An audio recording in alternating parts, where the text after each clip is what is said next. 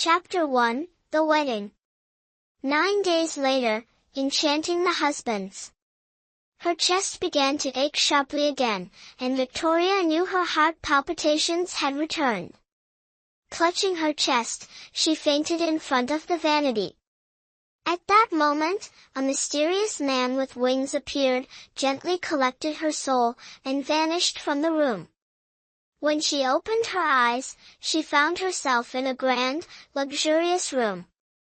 On a large bed adorned with red silk embroidered with mandarin ducks lay a set of exquisite red phoenix coronet and robe hanging nearby.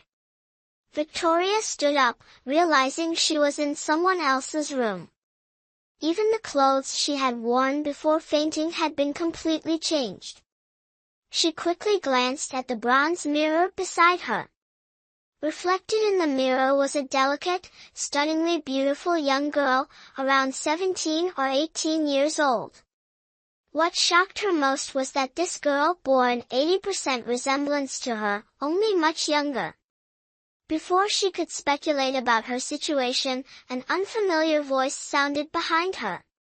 "You've woken up." Following the direction of the voice, Victoria turned around.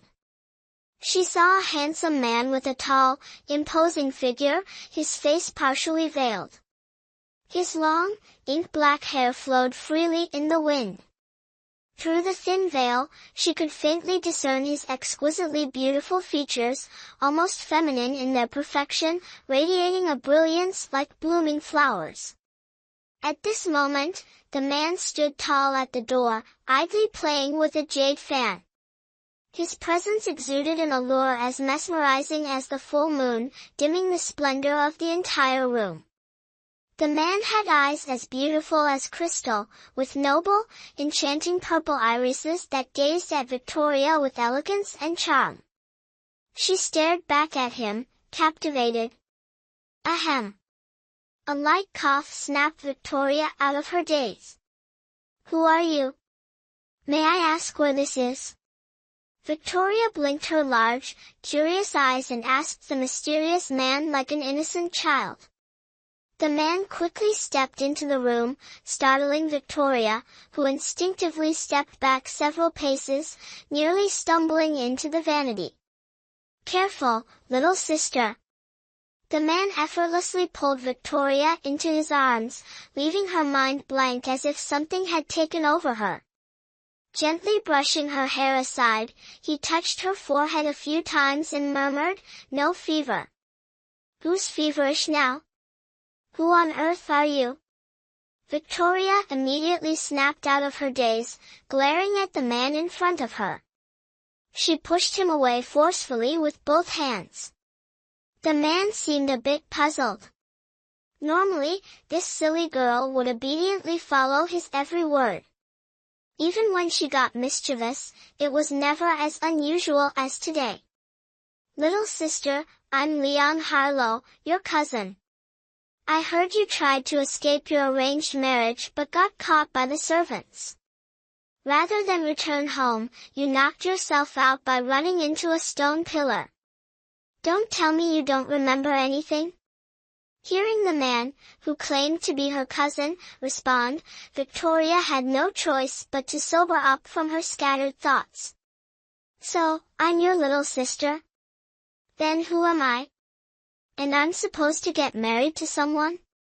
How pitiful is that?" Victoria's voice was clear and pleasant, but her fierce tone was far from commendable. She resembled a little tiger, flailing her arms and legs in frustration. "Little sister, you'd better put on your wedding dress. This time, there's no escaping. The family head is serious now. Not only has he set up an inescapable net around Harlow Fortress, but he's also stationed hundreds of guards to keep watch. Just accept your fate." Leon Harlow shook his head as he turned and left the room, disappearing from Victoria's sight. Victoria was overwhelmed with confusion. How had she ended up in this place, about to become a bride? All of it left her mind in turmoil. After a few minutes of dazed contemplation, she shook herself free from the mysteries. The most pressing matter now was to escape this marriage. She was a proper young lady, untainted and pure. How could she be married off just like that? Besides, she hadn't even met the groom. If he turned out to be a handsome man, she might reluctantly accept it. But what if he was a disabled man missing limbs? That would be too much to bear. Victoria thought to herself that running away recklessly wouldn't work. With hundreds of guards outside and an inescapable net laid out, she needed a flawless plan to ensure her safety. Suddenly, an idea struck her, a brilliant one to protect herself. For now, she decided to go along and put on the wedding dress. She thought, let's take it one step at a time. After dressing up, she lightly applied some makeup. In the mirror, Victoria looked even more stunning and captivating, a vision that would leave anyone in awe. She pulled the red veil over her phoenix coronet, concealing her beautiful face. Sitting gracefully and elegantly on the chair, she called out to the maid outside, "Take me to see the family head immediately." You push the door open and step inside, finding Victoria already dressed and groomed. Cheerfully, you say, "My lady, you look stunning today. Are you planning to make young Master Orton lose his composure?" Young Master Orton? Victoria lowers her head. Her maid assumes she is shy and stops teasing. Meanwhile, Victoria silently thinks that young Master Orton is likely the man she will have to marry.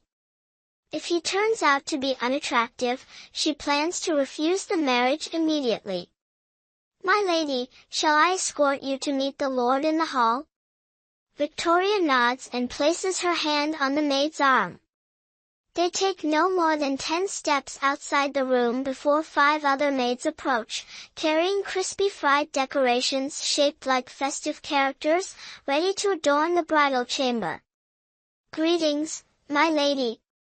You look like a celestial being descended to earth today." These maids, with their honeyed words, bring joy to Victoria's heart. She smiles and says, "Reward them." The maids quickly kneel, thanking her profusely for the generosity. "Sister Victoria, let me escort you." A lavishly dressed woman steps forward, taking Victoria by the arm. "Greetings, Lady Sophia Harlow." The maids bow again, this time to the woman named Sophia Harlow. Victoria is well aware of this woman's significant background and knows she must not be underestimated. It would be wise to establish a good relationship. She thinks perhaps Sophia could truly be a trustworthy ally, so she decides to maintain a polite demeanor for now. "Thank you for the trouble, Sister Sophia Harlow," Victoria replies. From Sophia's earlier address of Sister Victoria, she deduces that Sophia must be older than herself, otherwise, why would she use such a term? Victoria responds slowly, her tone calm and measured, exuding an air of elegance. Sophia Harlow takes the maid's place, while the others fall into line. The wedding ceremony is set to take place in the grandest hall of the Harlow family estate. Along the way, the courtyard is adorned with lanterns and flowers, creating a dazzling display. As they pass the main hall, Victoria notices a man with a scruffy beard, clearly someone who pays little attention to appearances, mingling with the wedding guests. Suddenly, Sophia steps forward, grabs the man's hand, and says, "Father, take your time. Look, isn't Sister Victoria absolutely beautiful today?"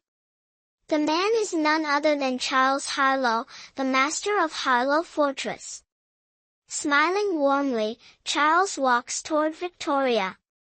Sophia quickly calls out, "Sister Victoria, come greet father." Victoria finally understands, her father is the one forcing her into this marriage. She silently vows to make him regret it in the future. Still, she maintains her composure and steps forward to bow. "Greetings, father." The word "father" comes out somewhat awkwardly. "Stand up, stand up. Today is your special day, no need for formalities," Charles Harlow says, stroking his beard as he helps Victoria rise. The master of Harlow Fortress beams with joy as he looks at his daughter, his delight growing with every glance. The hour of the monkey arrived, the auspicious time was here, and the sound of firecrackers echoed continuously. The melody of bamboo flutes filled the air as Sophia Harlow and the fortress master escorted Victoria gracefully into the grand hall. Victoria's eyes drifted toward the faint figure of a man in red ahead, her soon-to-be husband, Randy Orton, the young master of the Orton family. She stepped beside young Master Orton and accepted the end of the red silk ribbon from his hand. The fortress master laughed heartily. "Randy, from now on, Victoria is in your care. Treat her well and don't bully her, or Harlow Fortress will flatten your family." Randy Orton, understanding that his father-in-law was testing him, quickly poured Charles Harlow a cup of wine. "Father-in-law, rest assured. Little sister Victoria will become my wife, and I will certainly treat her well." Meanwhile, Victoria thought to herself, "It's happening. The ceremony is about to begin. Am I really getting married? Although this man is decent looking, he's not exactly my type. I guess I'll just see how things go." Sophia Harlow, officiating the wedding, saw that the bride and groom were in position and loudly announced, "First bow to the heavens and earth." Randy Orton and Victoria turned, preparing to kneel on the red carpet. Just then, a sharp voice rang out from the doorway, "Wait."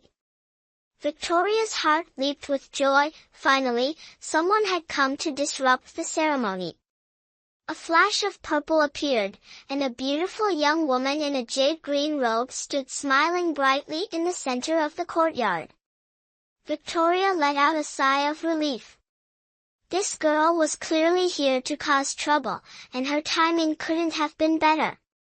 "Iris Storm, have you caused enough trouble already?" a stern voice shouted. Randy Orton hurriedly rushed out of the hall into the courtyard.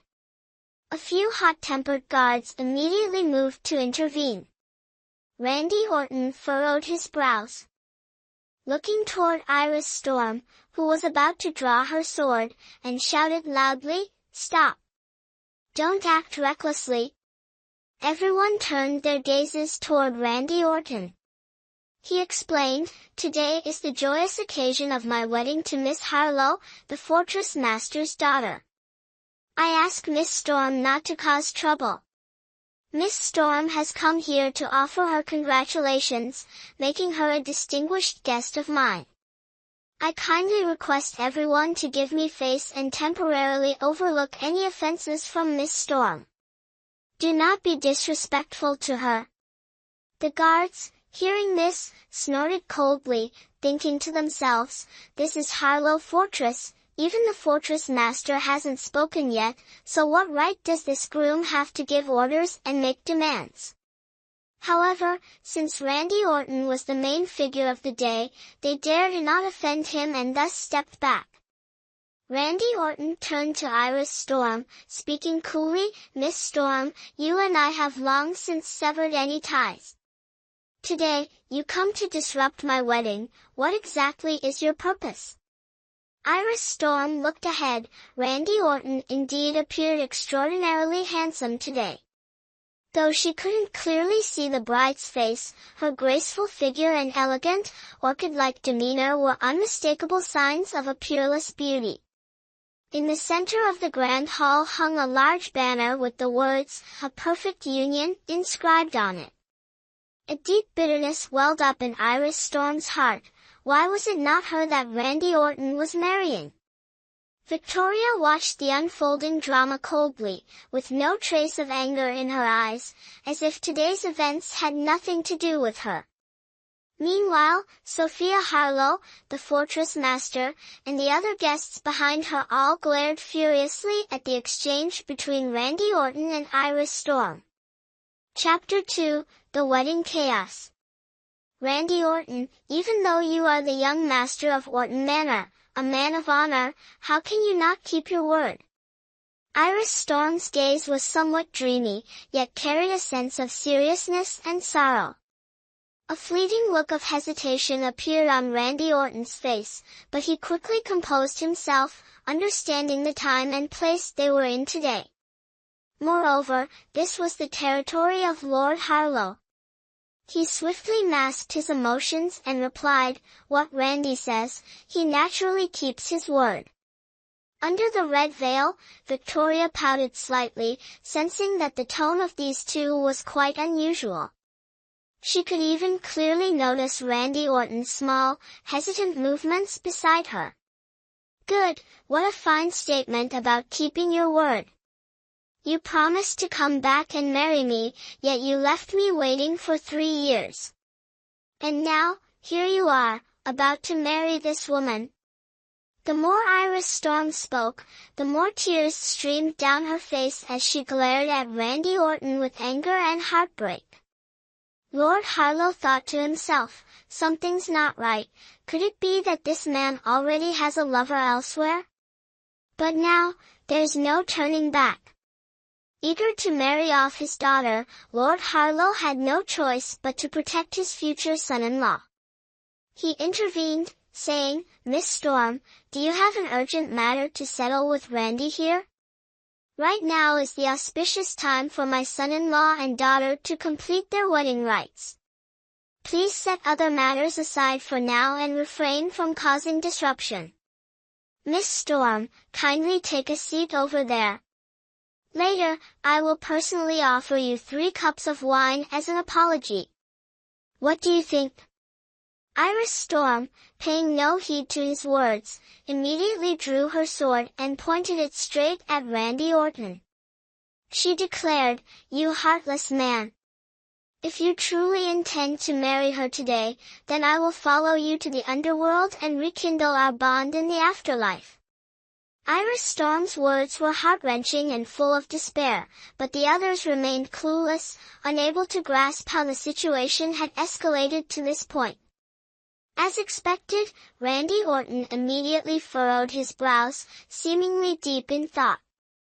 Fortress Master Harlow, standing nearby, could no longer tolerate the situation. After all, this was his territory, how could he allow such chaos here? How would he maintain his dignity in the future? In a swift motion, Fortress Master Harlow appeared before Randy Orton and delivered a palm strike to his chest.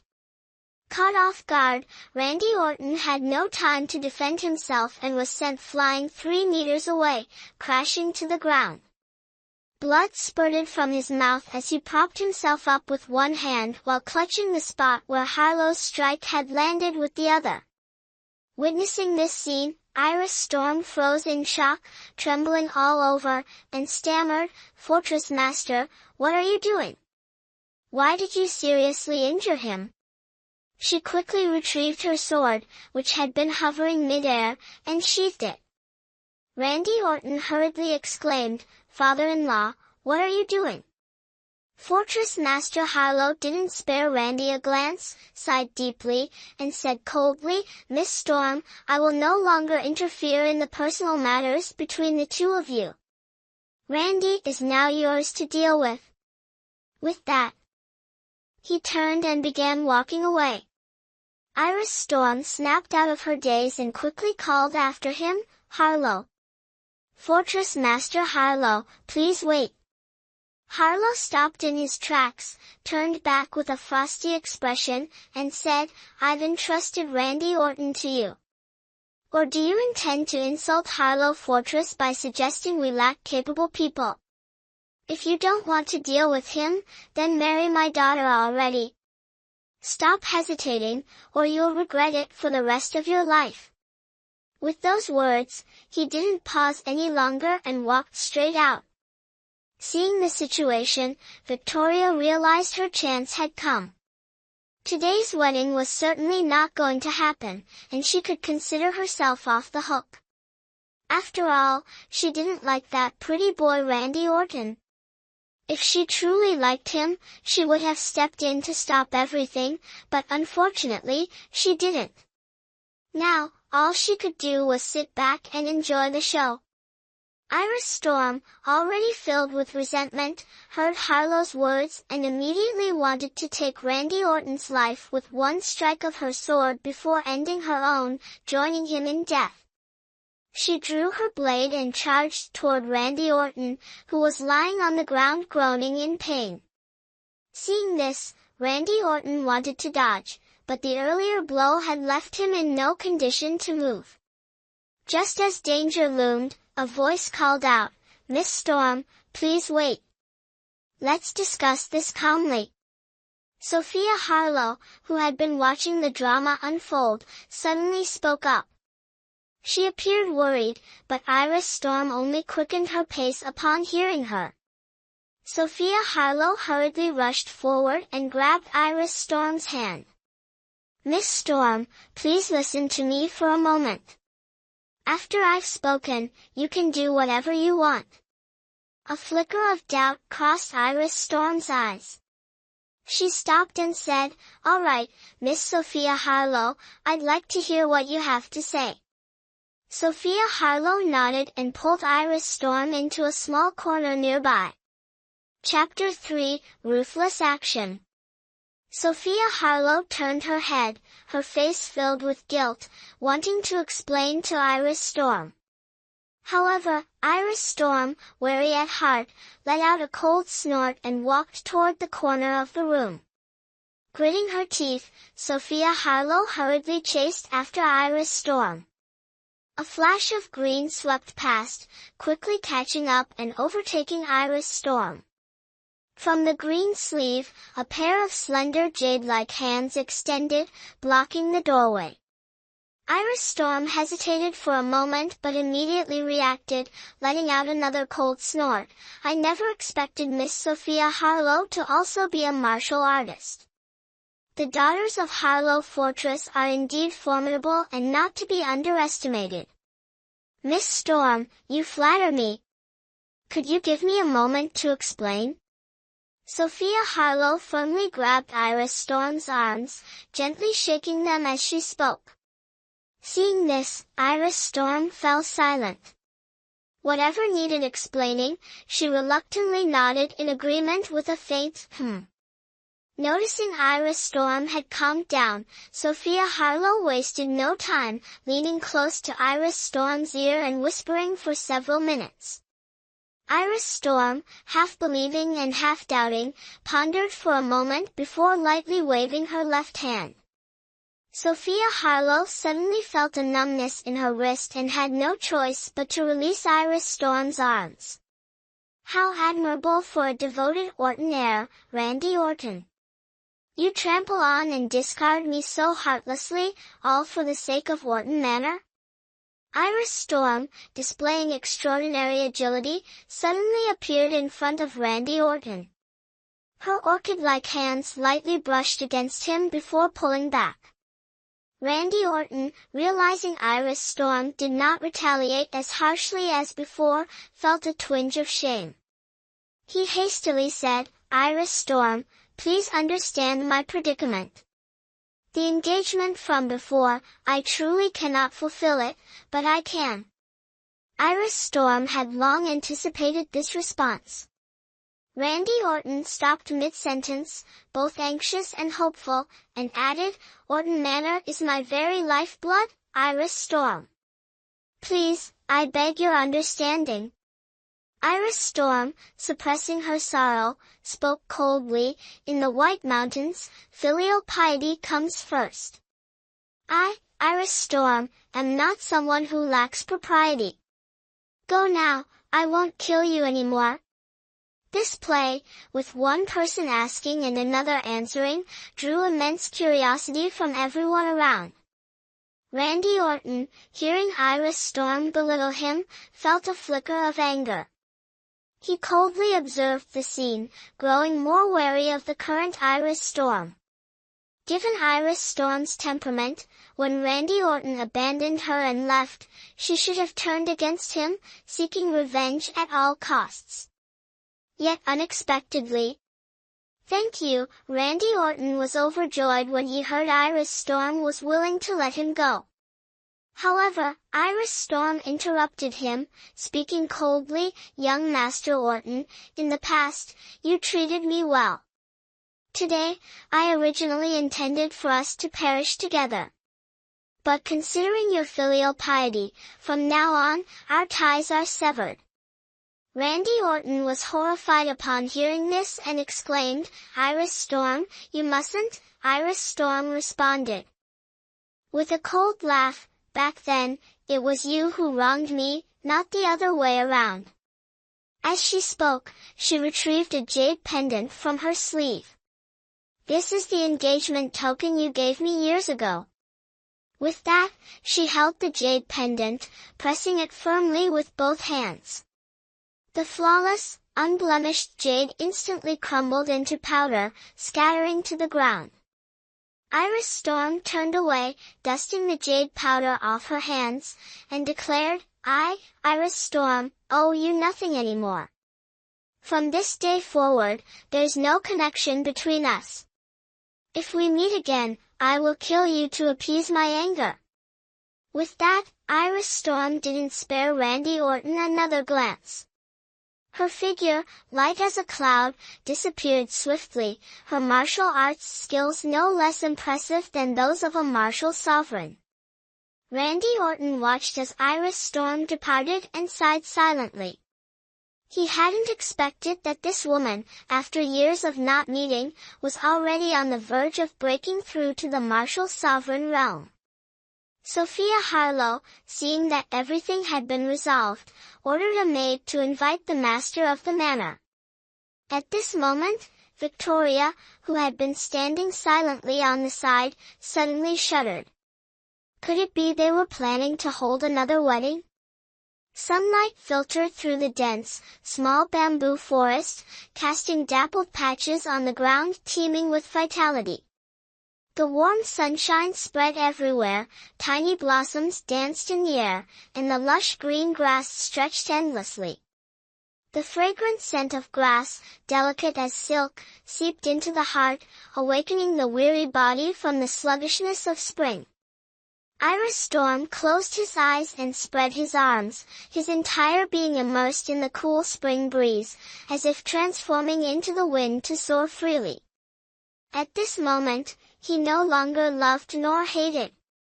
"Master, Miss Sophia Harlow said everything has been resolved and invites you outside." The maid, being considerate, intentionally lowered her voice, knowing the master was in a poor mood. The master simply replied, stood up, placed the book in his hand down, and followed the maid toward the backyard. "Ahem, has Sophia Harlow really taken care of everything?" Charles Harlow glanced at Randy Orton, who was lying on the ground gasping for breath, and asked Sophia Harlow again. The others and the guests, seeing the master step out, realized today's events, if leaked, would surely disgrace Harlow Fortress. They assumed Charles Harlow would see things through to the end, so one by one, they began to bid farewell to Master Harlow, expressing their intention to leave. Charles Harlow, preoccupied, paid no attention to these matters and did not respond, letting the guests leave as they pleased. "Father, everything that needed resolving has been taken care of. Now, tell me, what should we do with Randy Orton? Do you still want to force him to marry Victoria?" Sophia Harlow pointed at Randy Orton and asked Charles Harlow. "I don't want to." Victoria, who had come down at some point, shouted as she delivered two swift kicks to Randy Orton, each one targeting a sensitive spot. "Victoria, stop making trouble. Go back to your room and change your clothes. Later, come to my study, I have something to discuss with you. Go now." Victoria, who already didn't want to stay here any longer, quickly headed back to her room. Randy Orton, Harlow Fortress will no longer accommodate you. Guards, escort young Master Orton back to Orton Manor. In his heart, Randy Orton thought, what am I supposed to be in all of this? Truly miserable beyond words, yet he dared not show it, fearing Charles Harlow might kill him. After resolving the matter, Charles Harlow didn't even look back and went straight into his study. Harlow Fortress is located in the center of the continent of martial resolve, known as a prestigious and renowned family. The continent of martial resolve is an ancient land with a long history, where martial arts reign supreme. Only those with martial aptitude are considered worthy. The levels of martial arts, from lowest to highest, are martial disciple, martial practitioner, martial artist, martial master, martial saint, and martial immortal. As for the legendary martial god realm, it has only appeared once during the Great War a million years ago and has not been seen since. The second young lady of Harlow Fortress, Victoria Harlow, was born with extremely poor aptitude, as bad as it could possibly be. She began cultivating her martial body at the age of 10, and now at 17, she was still worlds apart from her elder sister, Sophia Harlow. Her elder sister, just 1 year older, had already reached the martial master level, while Victoria remained stuck in the martial practitioner realm. This Victoria shared the same name as the original Victoria Harlow but was brought to the continent of martial resolve by a mysterious man. In truth, the original Victoria Harlow had died while fleeing from an arranged marriage. The current Victoria Harlow was actually another soul inhabiting this body. So, who was the mysterious man that brought Victoria to this continent? At this moment, Victoria lay on her bed, snacking and pondering over this very question. Chapter 4, Annual Evaluation. Victoria ate while pondering how she had ended up here. Sometimes, she felt that living like this wasn't so bad. In truth, Victoria was a person who was easily content. Taking a deep breath, she stepped off the bed, left her room, and quickly headed toward the master's chambers. Halfway there, Victoria suddenly realized she was still unfamiliar with everything in this place. How could she possibly know where the master's room was? Just then, a guard approached. "Second miss, the master is already waiting for you in his room," the guard said before leading the way. Victoria followed, thinking to herself that this guard was truly a man of few words. Not a single sentence was exchanged along the way. At Harlow Fortress, Charles Harlow had 5 children, 2 daughters and 3 sons. It wasn't hard to guess why he was so eager to marry Victoria off. This was the continent of martial resolve, where only those with high martial prowess were respected. And Victoria? She was merely a level 1 martial disciple. No wonder her father, Charles Harlow, was so desperate to send her away. "Victoria, you've been causing trouble everywhere lately. Can't you let me have some peace for once?" Charles Harlow began questioning her the moment she stepped into his room, not even waiting for her to stand properly. Victoria knew very well that all she needed to do now was go along with him. "I haven't done anything.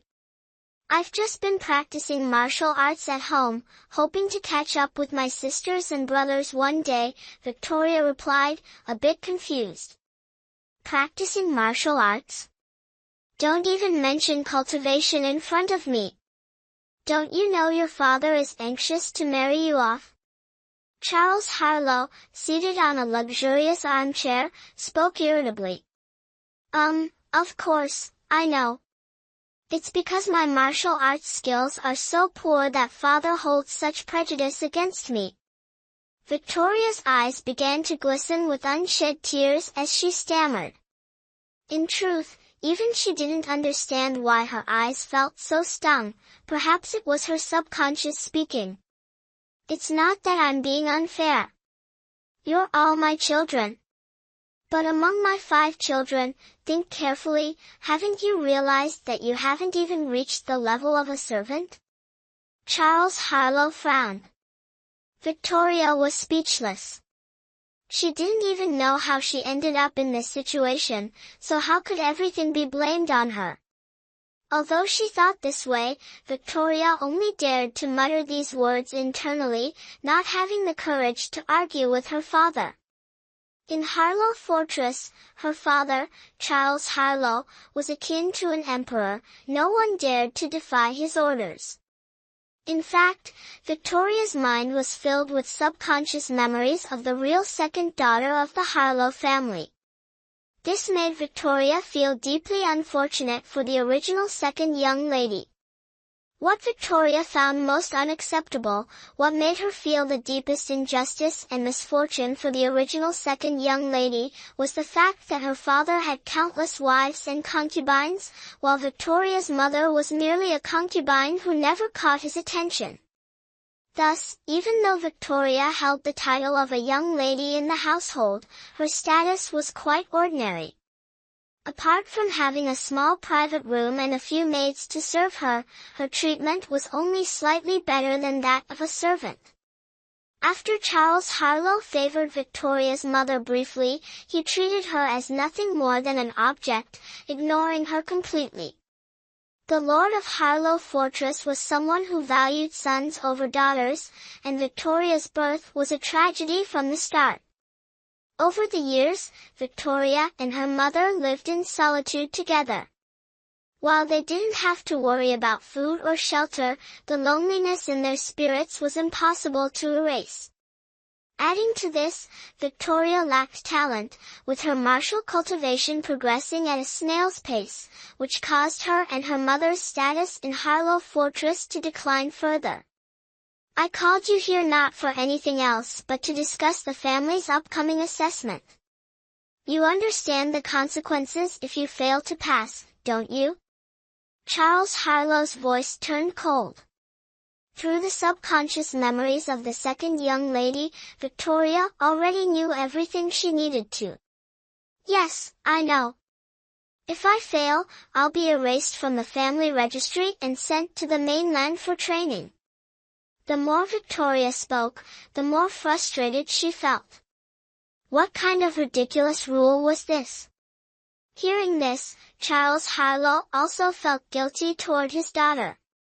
From her childhood until now, he had never properly guided or educated her.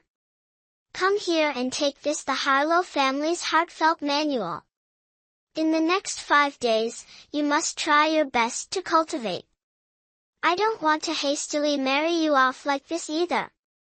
But if you don't marry, with your current level 1 martial disciple rank, you'll surely be cast out by the family.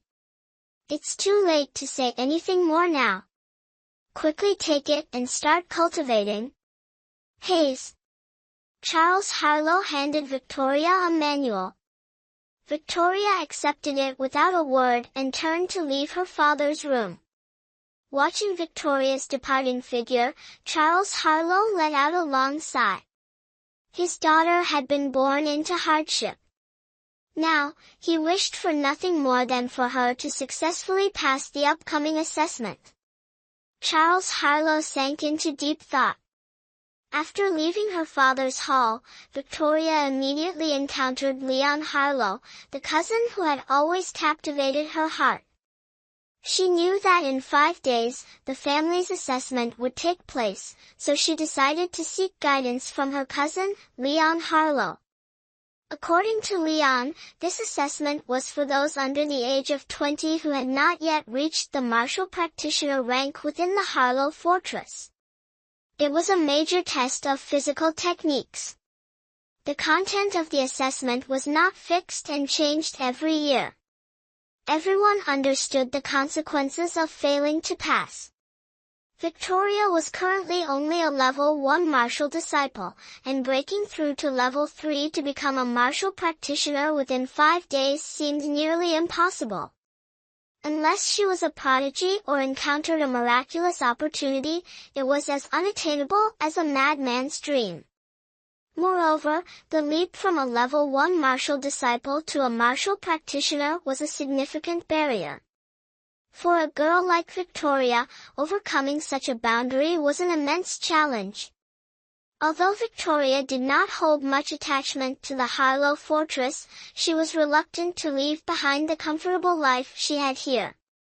More importantly, Victoria had made up her mind. She was no longer the useless second young lady. From now on, she wanted to restore the honor of the second young lady, ensuring that no one dared to look down on her. She believed that as long as she worked hard, she would undoubtedly pass this assessment and hold her head high within the family. On the way, Victoria kept pleading with her cousin Leon Harlow for some guidance. However, to Leon Harlow, giving advice to a clueless level 1 martial artist was nothing more than a waste of time and effort. Hence, Leon Harlow paid no attention to Victoria, using the excuse of following the fortress master's orders to decline her request. Victoria thought to herself, what kind of cousin is this? He won't even help with such a small matter. I see it clearly now, men are all the same.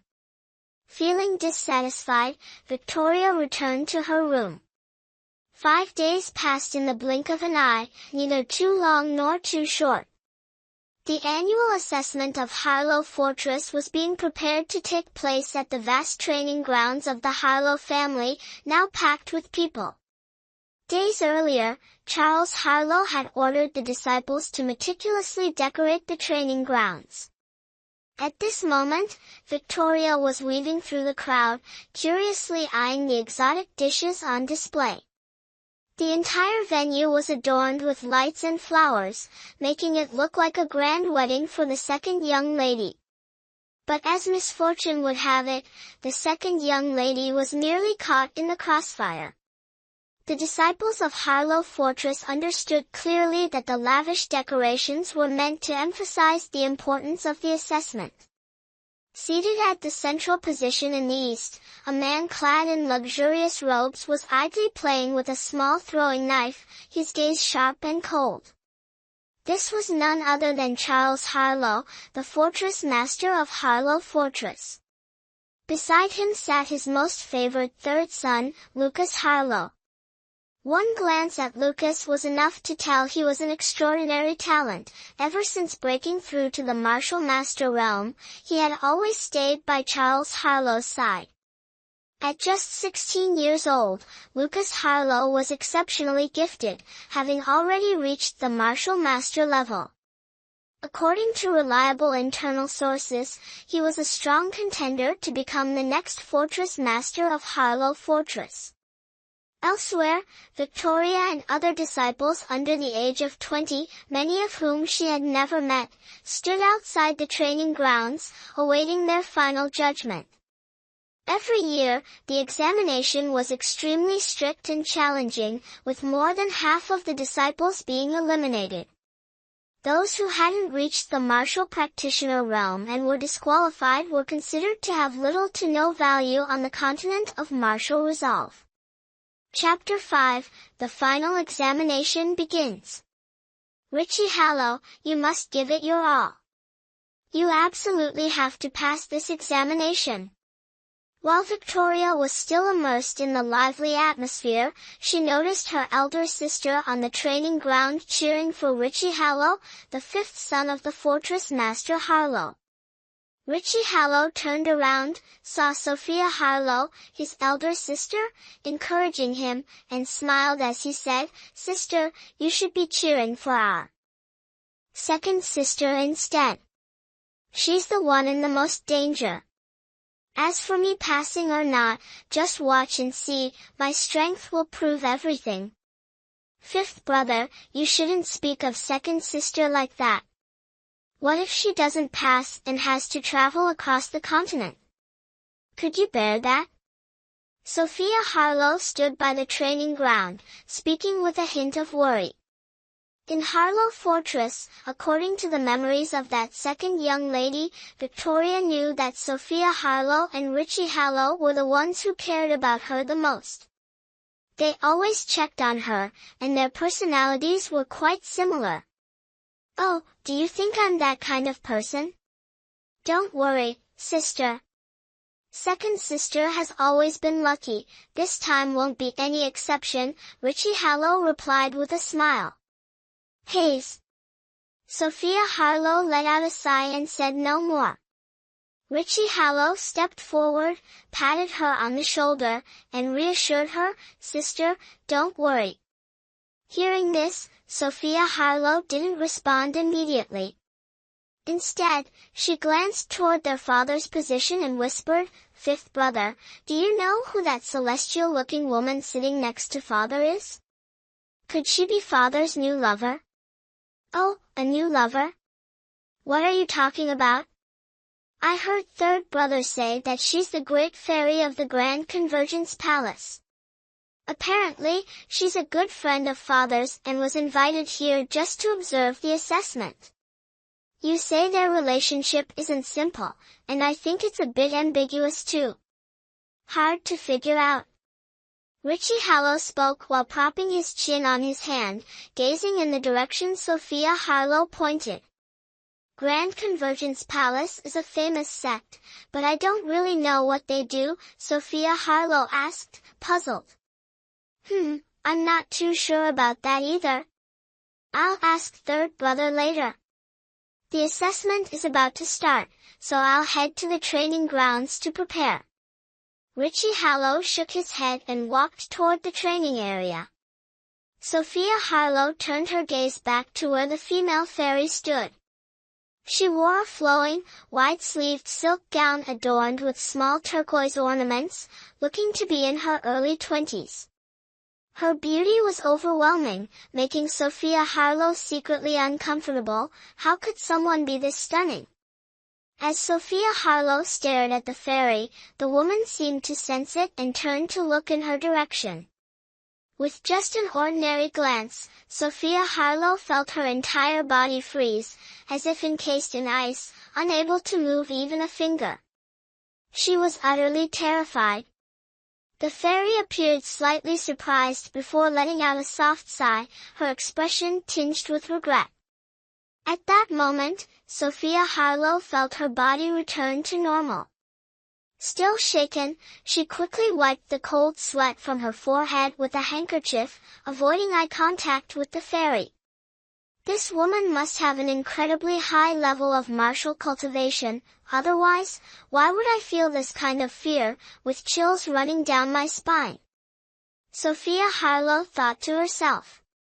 Even when facing her father, a martial sovereign-level expert, she had never experienced such dread. For someone so young to possess cultivation far beyond her father's, just how powerful was she? The thought left Sophia Harlow deeply unsettled, and she hurriedly left the scene. What's wrong, Fairy Catherine Frost? Charles Harlow sensed an energy fluctuation from Catherine Frost and asked, thinking there might be an enemy nearby. Nothing, just feeling a bit regretful, Catherine Frost replied calmly, then began to play with her nails. Harlow, I truly admire you sorcerers. You can use magic to overwhelm enemies with grand spells, unlike us martial artists who have to rely on every punch and kick to get things done, Charles Harlow said with a hint of envy. Haha, Master Harlow, there's no need for envy. Martial arts and sorcery each have their own merits, don't they? Catherine Frost responded with a smile. Yes, that's true, Charles Harlow laughed heartily, brushing the topic aside, and turned his attention to the training ground. Catherine Frost let out a soft chuckle but said nothing more. Seeing that the time was nearing, Charles Harlow stood up and walked to the center of the training ground. Everyone, quiet down for a moment. I hereby announce that the assessment officially begins. As soon as he finished speaking, he leaped back to his seat. Victoria no longer had the mood to enjoy the spectacle. After all, this event was closely tied to her future. She immediately felt a heavy pressure weighing on her. Looking around, she noticed an eccentric old man standing in the training ground. His attire was peculiar, and he held a large, round, transparent crystal orb that shimmered brilliantly. This crystal orb, according to the second young lady's memories, was something Victoria had some knowledge of. It was called the Soul Summoning Orb, a rare sacred artifact. By placing both hands on it and gripping it tightly, one could determine their current cultivation level. However, it could only measure realms below martial saint. As for the eccentric old man, he had a notable background as well. He was the sole sorcerer residing in Harlow Fortress. For this reason, Victoria's father greatly favored him. As long as his requests weren't excessive, they were always accommodated. From the second young lady's memories, Victoria also understood the value of sorcerers. In this continent, very few people had the qualifications to become sorcerers. Moreover, sorcerer training was thousands or even tens of thousands of times more arduous than martial arts training. This was why most people leaned towards cultivating martial arts. In an army, having the support of a sorcerer almost guaranteed victory in any battle. Thus, it was easy to understand why this eccentric old man was so arrogant. Cough, cough, let me tell you, this test is only the first step. Any disciple who passes this round must find an opponent among these participants and defeat them to be considered as having passed the examination. No more talking, let's begin. The eccentric old man cleared his throat and placed the soul summoning orb onto a treasure box designed to hold the orb in place. This condition was indeed extremely harsh. No wonder Harlow Fortress had been able to thrive for so long. Their examination ensured the competency of the disciples from the Harlow family. The first one, please step forward, Richie Harlow, young master of the Harlow family. On the training ground, the eccentric old man glanced at the list in his hand and announced loudly. As soon as he finished speaking, Richie Harlow confidently strode into the training ground. His expression was relaxed, his eyes gleaming with determination, clearly brimming with confidence about the test. Under the watchful eyes of the crowd, he began to slow down his steps. He even started greeting the disciples below. It seemed as though he hadn't noticed the weapon rack placed on the training ground, and he walked straight into it. Crash, crash. The weapon rack toppled over, scattering swords, knives, spears, and other weapons all over the ground. Haha! Immediately, laughter erupted from the disciples below. Cough, cough. The eccentric old man coughed a few times to suppress the laughter. After all, Richie was the fifth son of the fortress master. Offending him could lead to serious consequences. Charles Harlow covered his face with his hand. The scene had utterly embarrassed him. In his heart, he thought, this brat, so embarrassing, so embarrassing. Unable to bear watching any longer, Charles lowered his head, pretending to close his eyes and meditate. Richie Hallow's face turned bright red with humiliation. Awkwardly, he got up, dusted himself off, and pretended as if nothing had happened. With an air of composure, he walked toward the soul-summoning orb. Adjusting his posture, he gripped the orb firmly with both hands. Chapter 6, Dangerous Examination. Kang! The soul-summoning orb let out a soft chime, radiating a purple glow. Seeing this, Richie Harlow sighed in relief, revealing his signature white teeth and raised a few fingers in a victory gesture. The soul-summoning orb is known to display 7 colors, representing 7 realms: white for martial novice, blue for martial disciple, purple for martial practitioner, yellow for martial master, deep blue for martial lord, orange for martial saint, and green for martial deity. However, for some unknown reason, this particular soul-summoning orb could only display 6 colors, excluding the realm of martial deity. Congratulations to young Master Hallow for passing the preliminary test, the old instructor in the training arena announced loudly. Next, more than 10 other young boys and girls entered the training arena for their assessment. Among them, the oldest was only 16 years old, while the youngest was just an 8-year-old participant. Unfortunately, not many managed to pass the preliminary round. After all, reaching the martial practitioner realm is no easy feat, especially considering their young ages.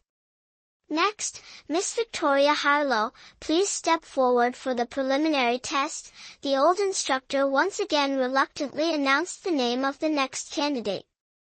Second sister, you got this. Richie Hallow, having passed his own test, gave a thumbs up toward Victoria, cheering her on. Victoria nodded slightly and, under the watchful eyes of the other disciples, stepped into the training arena. On the spectators' stand, Catherine Frost suddenly widened her eyes, her gaze filled with confusion and curiosity. With a hint of intrigue, she observed Victoria's appearance before subtly asking Charles Harlow, "This young lady also bears the Harlow name. She must be your daughter, correct?" Charles Harlow was slightly surprised. Catherine Frost's words were a bit unexpected for him. However, he didn't hide anything and nodded in response, "That's right. Fairy Catherine Frost is indeed perceptive. That is Hallow's second sister. Unfortunately, her aptitude is really poor, and she refuses to make progress. I had originally planned to marry her off, but alas, it seems that plan is ruined." After speaking, seeing that Fairy Catherine Frost didn't seem to react, he asked, "I heard that Fairy Catherine Frost didn't just come to observe the assessment this time but also intends to select a disciple?" "Yes, that's correct. But I haven't found anyone suitable yet, though it should be soon," Catherine Frost replied while carefully observing every movement on the training ground. Charles Harlow looked at Catherine Frost with some surprise, unable to understand the meaning behind her words. On the other side, Victoria gracefully stepped onto the training ground, channeling all her internal energy into her martial body technique. She gently grasped the soul-summoning orb with both hands. A miraculous moment occurred as the soul-summoning orb emitted a purple light, astonishing everyone below. Unbelievable, she managed to ascend to the martial artist realm. Richie Hallow shook his head and chuckled to himself. However, just as everyone was marveling, the light of the soul-summoning orb suddenly reverted to the blue hue of the martial disciple realm. Witnessing this, everyone present was dumbfounded. Could there be an issue with the soul-summoning orb? The eccentric old man stared intently at his precious orb, racking his brain but unable to comprehend. "What does this mean?" someone asked in confusion, feeling indignant on Victoria's behalf.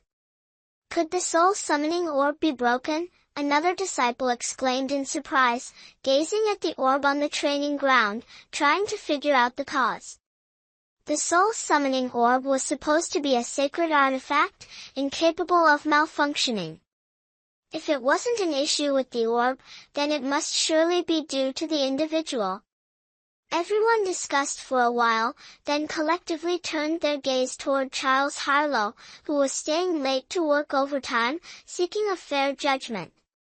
Unable to hold back anymore, Charles Harlow abruptly stood up. With a swift whoosh, he appeared in the middle of the training ground. He picked up the soul-summoning orb, examined it carefully for a moment, and then tested it with his inner energy. As expected, the light remained the blue hue of the martial sovereign realm.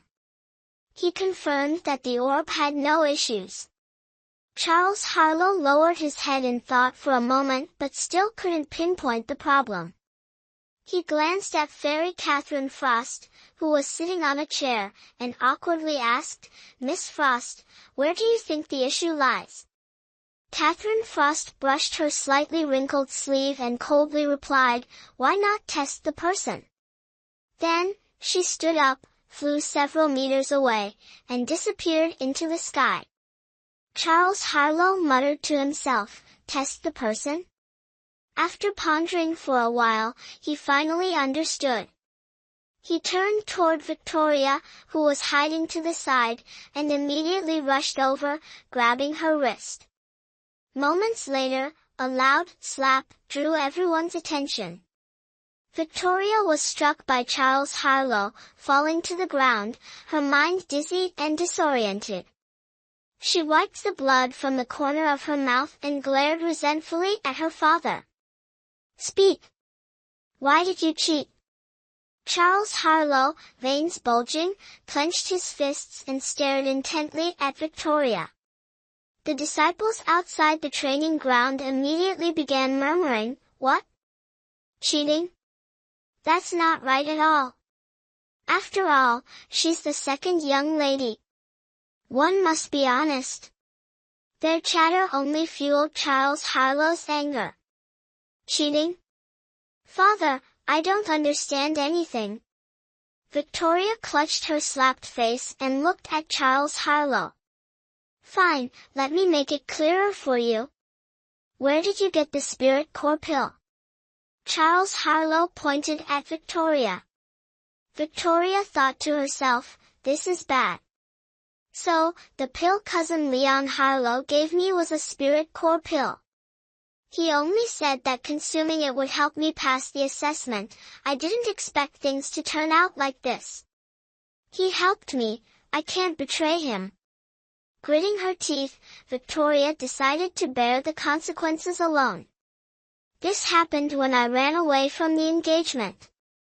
I met an old man who gave it to me, saying it could temporarily boost my cultivation level," Victoria slowly explained. "Good, so you admit it." Charles Harlow said no more and turned to the eccentric old man nearby. "Elder Hong, in this situation, do you think she can pass the assessment? The matters of the Harlow family are your own. It wouldn't be appropriate for an outsider like me to intervene," Elder Hong replied slyly with a faint smile, shutting down Charles Harlow with one sentence. Charles Harlow wanted to find a solution through Elder Hong. After all, Victoria was still his daughter, but the reputation of the Harlow family had to be preserved. Narrowing his eyes, Charles Harlow addressed Elder Hong. "According to the rules, anyone who fails the assessment is deemed unqualified. Someone who cheats like her will, from now on, be expelled from Harlow Fortress and have no further ties to the Harlow family." But Old Hong clearly didn't know how to announce this news.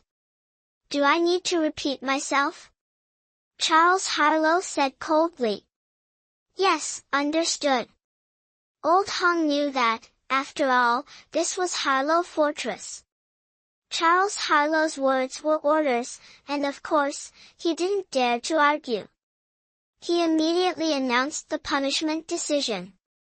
Upon hearing this news, among the crowd, some felt regret, some sympathized, some believed it was well-deserved, others gloated, and some shook their heads and sighed. The myriad facets of life were vividly displayed here. Victoria was momentarily stunned.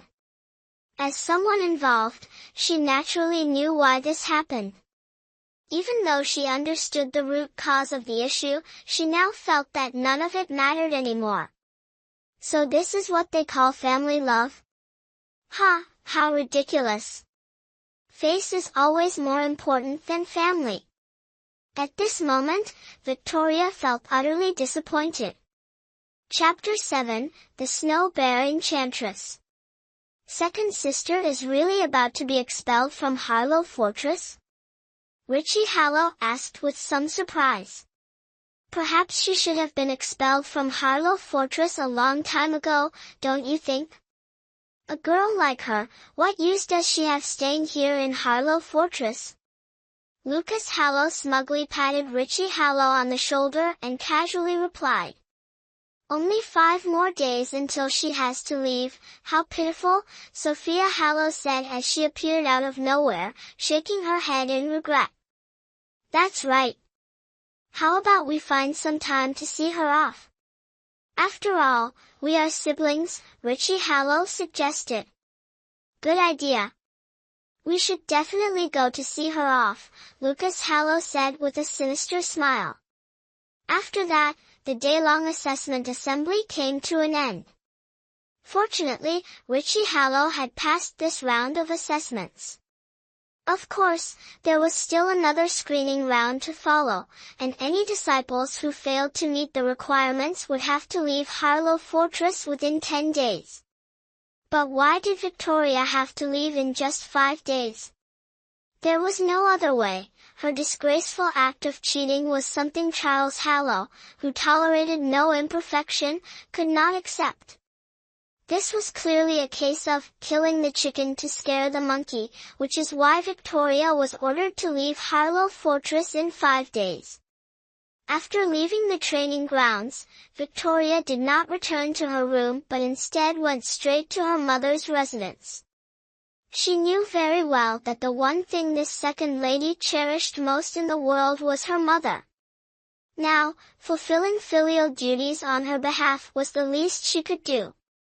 However, before stepping into the room, Victoria hesitated for a moment, feeling too ashamed to face her mother. The matter of her cheating was already known throughout the entire fortress.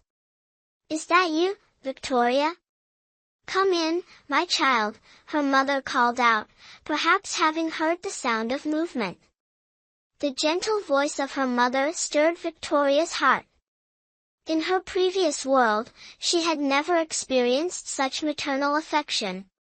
At this moment, countless words surged within her, and she threw herself into her mother's arms, unable to hold back her tears. Victoria, don't cry, don't cry. I know how much pain you've endured. Who says we mother and daughter aren't destined for hardship? This is nothing to fret over, her mother comforted her. Mother, I can't accept this. I refuse to. Victoria protested, lifting her head to look at her mother with indignation. It's just a cheating incident in the examination, isn't it? What's the big deal? Besides, I had no idea about it. Her mother consoled her gently. Mother, you already knew about it? Victoria asked, slightly taken aback. I raised you, my dear. This matter has already spread throughout the town. I've witnessed all your efforts, her mother said softly, wiping away the tears from the corners of Victoria's eyes. But mother, this will make it harder for you to hold your head high, Victoria explained hastily. Victoria, what's done is done. Why dwell on it? Ever since I came to Harlow Fortress, when have I ever been treated with respect? Her mother tenderly stroked Victoria's delicate hands and reassured her, it's just leaving home, that's all. I know my daughter will shine brightly in the future. Mother, I promise I will succeed.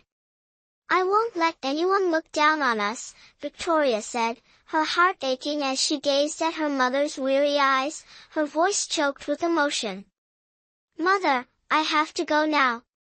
I'll come to visit you again in a few days. Taking her mother's advice, Victoria felt much calmer. She bid her mother goodbye and returned to her residence. However, as soon as she stepped through the door, a loud bang echoed behind her, the door slammed shut. Startled, Victoria froze. Could something unclean have followed her inside? She instinctively turned to look. Logically speaking, the weather was clear today, with no wind to speak of. Moreover, the door to her room opened outward. Even if there had been wind, it would have blown the door open, not shut. You don't need to keep looking. Just as Victoria found the situation strange, a voice rang out from inside the room. Who's there? Don't scare me, or I'll spray you with a mouthful of salty soda water. Victoria exclaimed, startled, her eyes darting around the room. Someone had appeared in her space without her noticing, which left her stunned. It seems your combat skills are still quite lacking. You're not exactly young anymore, yet I can sense an extraordinary and untapped energy within you, just waiting to be awakened, the stranger said. You're the woman from the stands? Victoria finally got a clear look at the person. It was none other than the alluring woman who had been seated next to her father. She silently wondered why this person had sought her out. Judging by the intruder's abilities, sneaking into her room without a trace, this woman was clearly highly skilled. Victoria grew more cautious. Do you have any idea how lucky you are to have caught my attention? Catherine Frost stated bluntly, wasting no time on pleasantries. Lucky? What are you talking about? Victoria asked, puzzled. Ha! Young lady, finding you is fortunate for me, but it's also a blessing for you. Have you heard of the Grand Convergence Palace? Catherine Frost asked coldly. Grand Convergence Palace? I've heard a little about it. Are you saying you're from there? Victoria asked, astonished as she stared at Catherine Frost. You'll learn more about that later, Catherine said with a faint smile. Let me introduce myself first. I am a sorceress, the master of the water element within the 5 elements at the Grand Convergence Palace. My name is Catherine Frost. Hearing this, Victoria stared blankly at the woman before her. I'm in a hurry, so I won't waste words. Let me be direct. I've left the palace this time to track down a woman, a member of our Grand Convergence Palace, who violated palace rules by leaving without permission. I must bring her back to face judgment. I heard she passed through your Harlow fortress, so I stopped by to investigate. Unexpectedly, I found you instead. You have great potential. So, what do you say? Would you like to return to the Grand Convergence Palace with me and become my disciple? Catherine Frost asked without beating around the bush. Victoria thought to herself, could the woman she's after be Iris Storm? It must be. After all, I'm about to be expelled from Harlow Fortress anyway, and I have nowhere else to go. Maybe I should go with her and train for a while. I still don't fully understand what a sorceress is, Victoria said, feigning confusion. But from Catherine Frost's tone, she could tell that meeting her was no small gain for the sorceress. What's that? You don't even know what a sorcerer is? Catherine Frost asked irritably, while Victoria once again shook her head in confusion. Humph, you're truly naive, knowing nothing at all, Catherine Frost said with dissatisfaction, giving Victoria a once-over. After pondering briefly, she pulled out a small book from her sleeve, tossed it in front of Victoria, and added, this book, Elemental Principles, you should read it first. However, I advise you not to tell anyone about the two of us being alone together. Doing so might cause you unnecessary trouble. If word gets out, well, you understand. Victoria glanced at Catherine Frost's eerie smile and let out a faint, aha. Taking the small book, she casually flipped through it and found it filled with text. Truthfully, she hated reading books, but in front of others, she was too embarrassed to admit it. So, she held on to it without a word. Chapter 8, Elemental Principles. Alright, I'll go ahead first. If I stay out too late, that old man Charles Harlow might get suspicious. I'll come find you before you leave. As soon as Catherine Frost finished speaking, she waved her sleeve, and the temperature in the room dropped instantly. She slightly arched her back, and a pair of pure white icy wings sprouted. With a few flaps, she flew swiftly out of the window. The scene left Victoria wide-eyed in astonishment. Another person with wings who could fly. Could it be that the mysterious man who brought her to this world had some connection to the Grand Convergence Palace? It seemed inevitable that she had to visit the Grand Convergence Palace, Victoria thought to herself. In truth, she had seen many people capable of flying in this world. After all, masters of the martial sovereign realm, like her father, could soar through the skies. But people with wings? She had only seen that twice, and as for someone flying as fast as this, it was her first time. Victoria rubbed her eyes a few times. If she wasn't still holding the book, Elemental Principles, in her hands, she might have thought she was dreaming. After shaking off her surprise, Victoria opened the small book Catherine Frost had given her. The content of the book wasn't extensive and was divided into two parts. The introduction explained what magic was and what a magician was. Magic, according to the continent of martial resolve, was the act of utilizing one's latent abilities and advancing through cultivation to enhance one's level. Typically, Victoria practiced a common type of magic on the continent, which involved strengthening a magician's power to elevate their rank. The process of advancing a magician's rank involved step-by-step cultivation of techniques and mental methods. As for magicians, the most basic prerequisite was to possess magical abilities. With magical abilities, one could sense the elements existing on the continent and gradually cultivate through systematic training.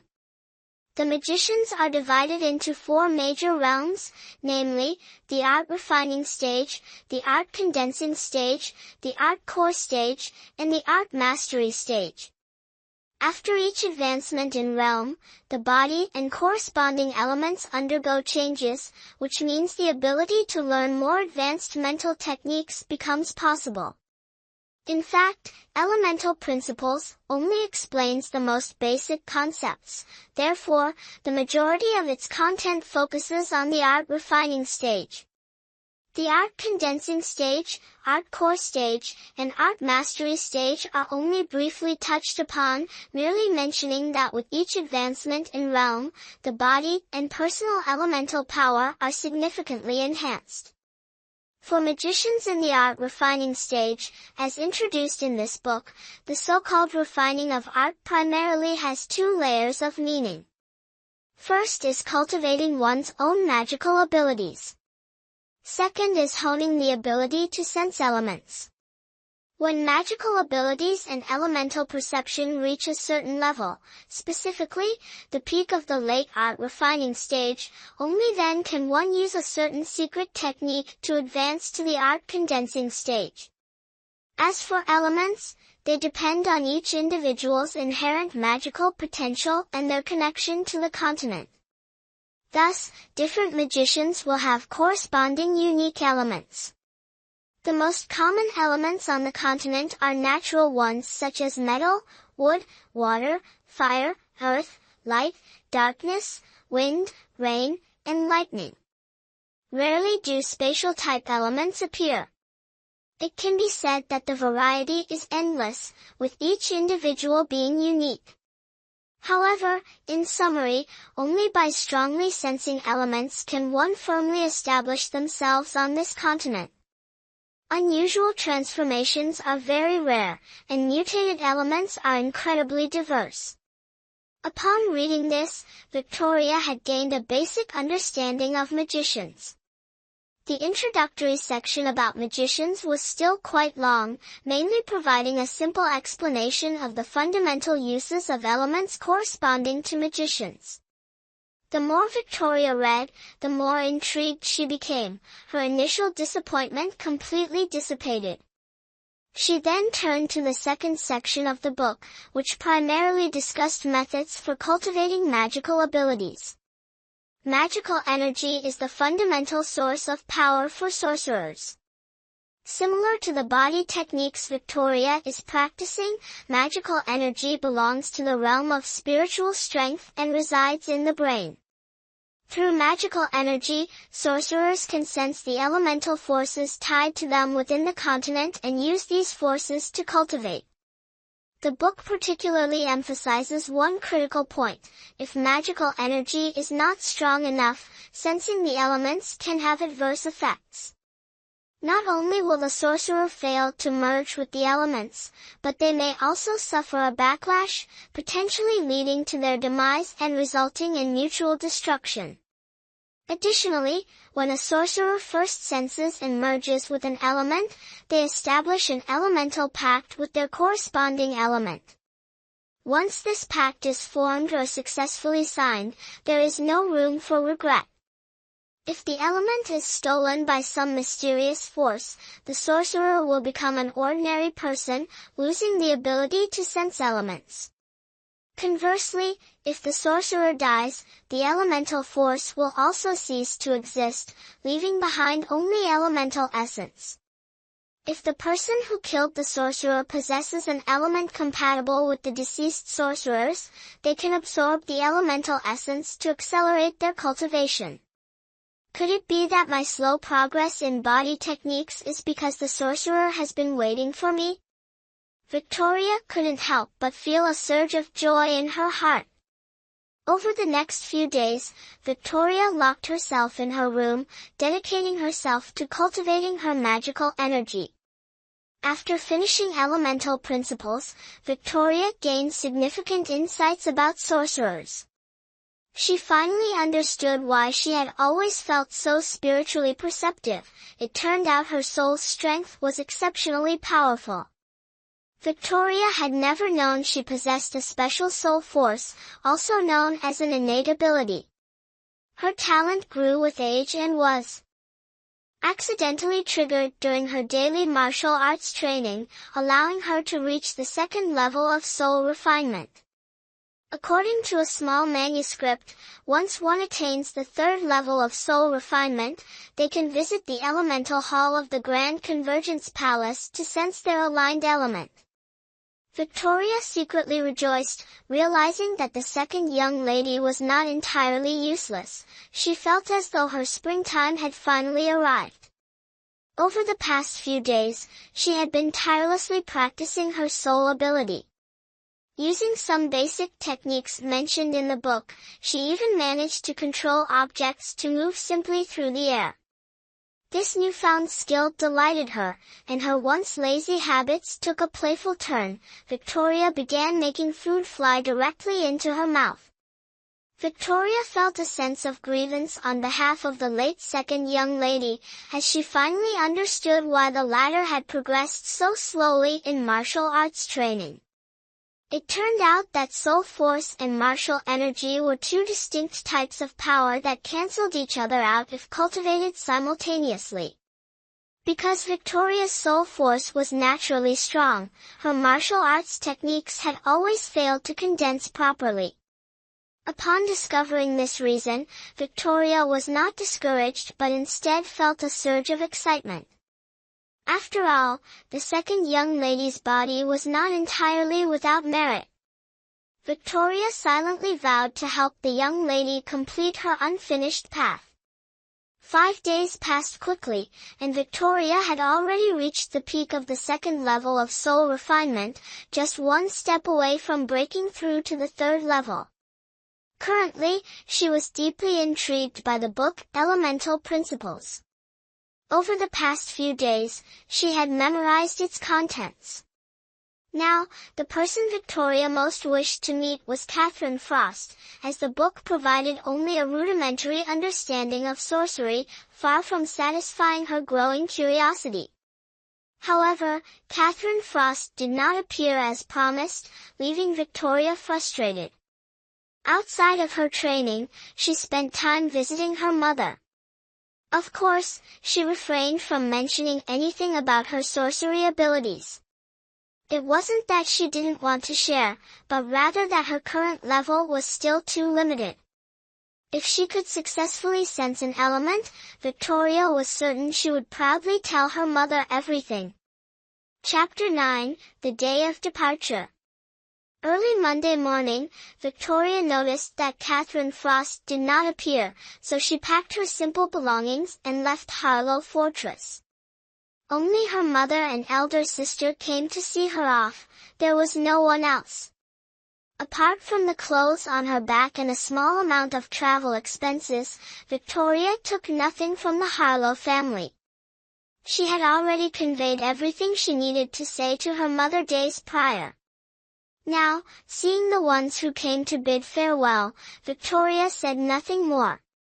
She simply gazed deeply at her aging mother and elder sister, the two people who had always treated her well since childhood. Victoria walked down a path whose destination was unknown, her lonely silhouette causing Sophia Harlow beside her to break into tears. "Second sister, don't go.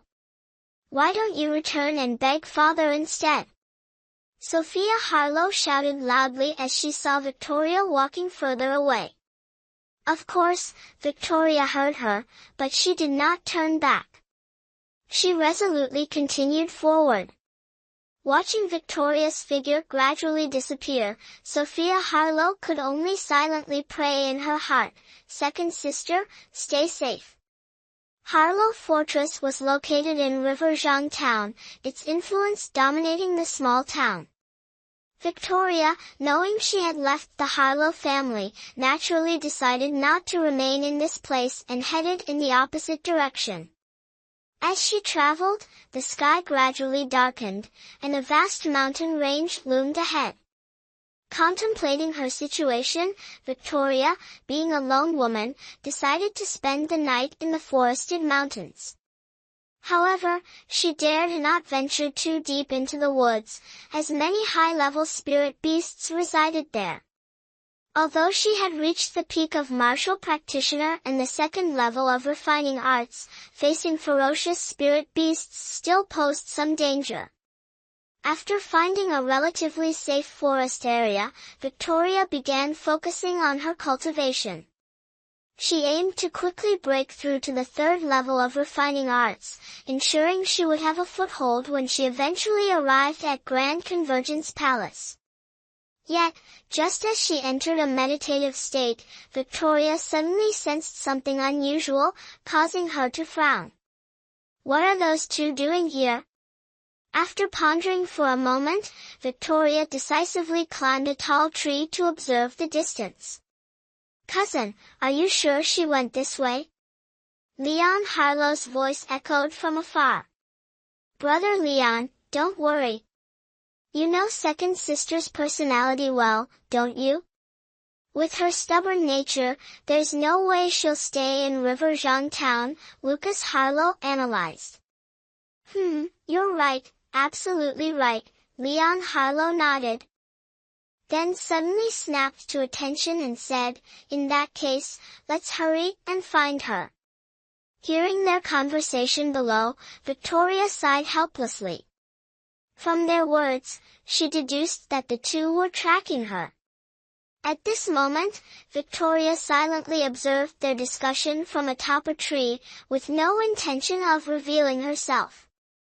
Leon Harlow and Lucas Harlow exchanged a few more words without noticing anything unusual, then stopped. Lucas Harlow shook his head, looking around, and asked first, "Strange, given second sister's speed, we should have caught up to her by now. Why can't we see her anywhere?" "Maybe she didn't head this way," Leon Harlow guessed. "Impossible," Lucas Harlow affirmed. Victoria let out a cold laugh from the tree. Her mood had been sour, but seeing how anxious they were to find her, she thought there might be something important going on.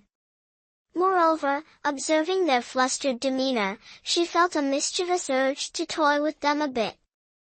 With that thought, the energy within Victoria surged, her spiritual power enveloping the small stones on the ground, sending them flying swiftly toward Lucas Harlow.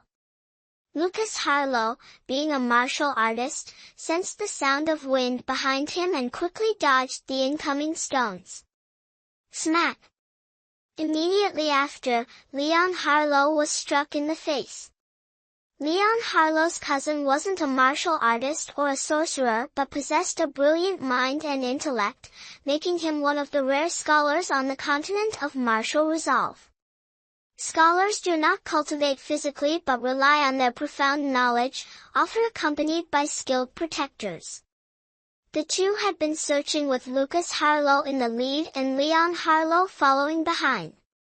When the stones flew toward them, Lucas Harlow heard the sound of wind and dodged, while Leon Harlow also sensed it and tried to evade. However, Lucas Harlow's movement blocked him, resulting in Leon being hit on the head by the stones. Who the hell threw that? Leon Harlow rubbed his head where he'd been hit, angrily shouting into the dense forest. His usual dignified scholarly demeanor was nowhere to be seen. As soon as he finished speaking, another stone came hurtling toward him. Damn it! Leon Harlow swiftly sidestepped, narrowly avoiding the attack. Just as his right foot moved to the side, he froze in place.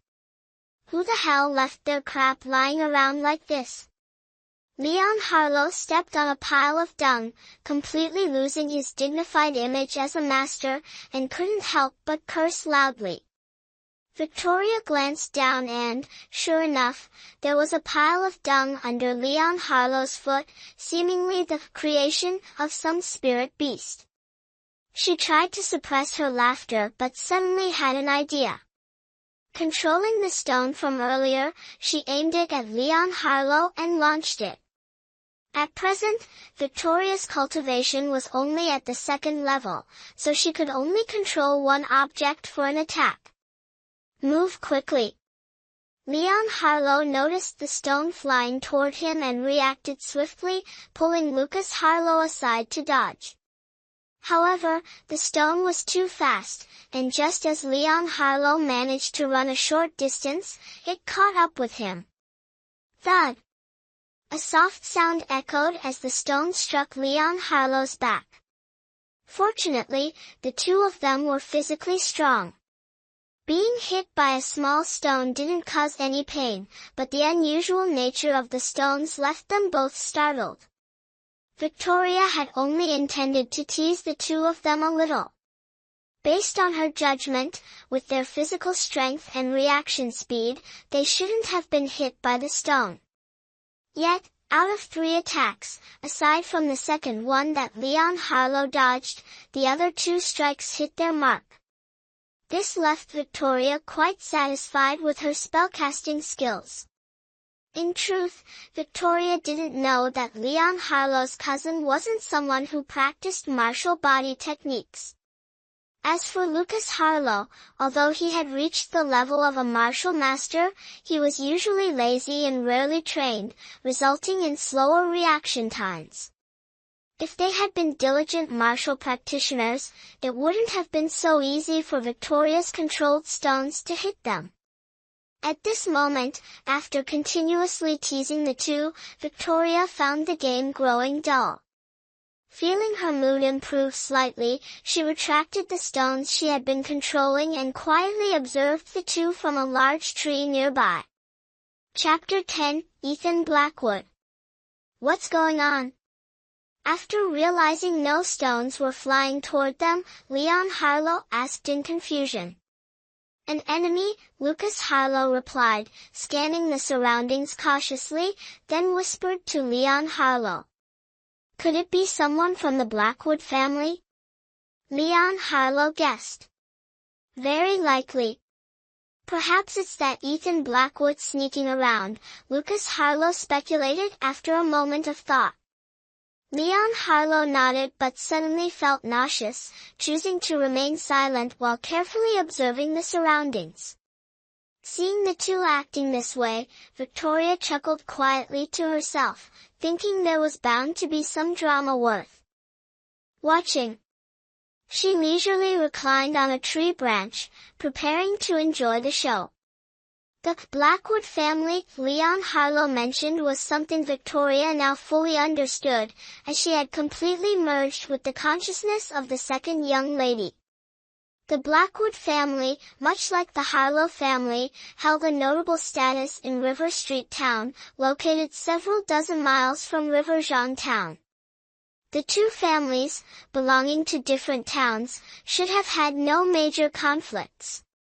However, both were striving to nurture their younger generations, leading to an unspoken rivalry over time. Within the Blackwood family, there was a youth around Leon Harlow's age named Ethan Blackwood.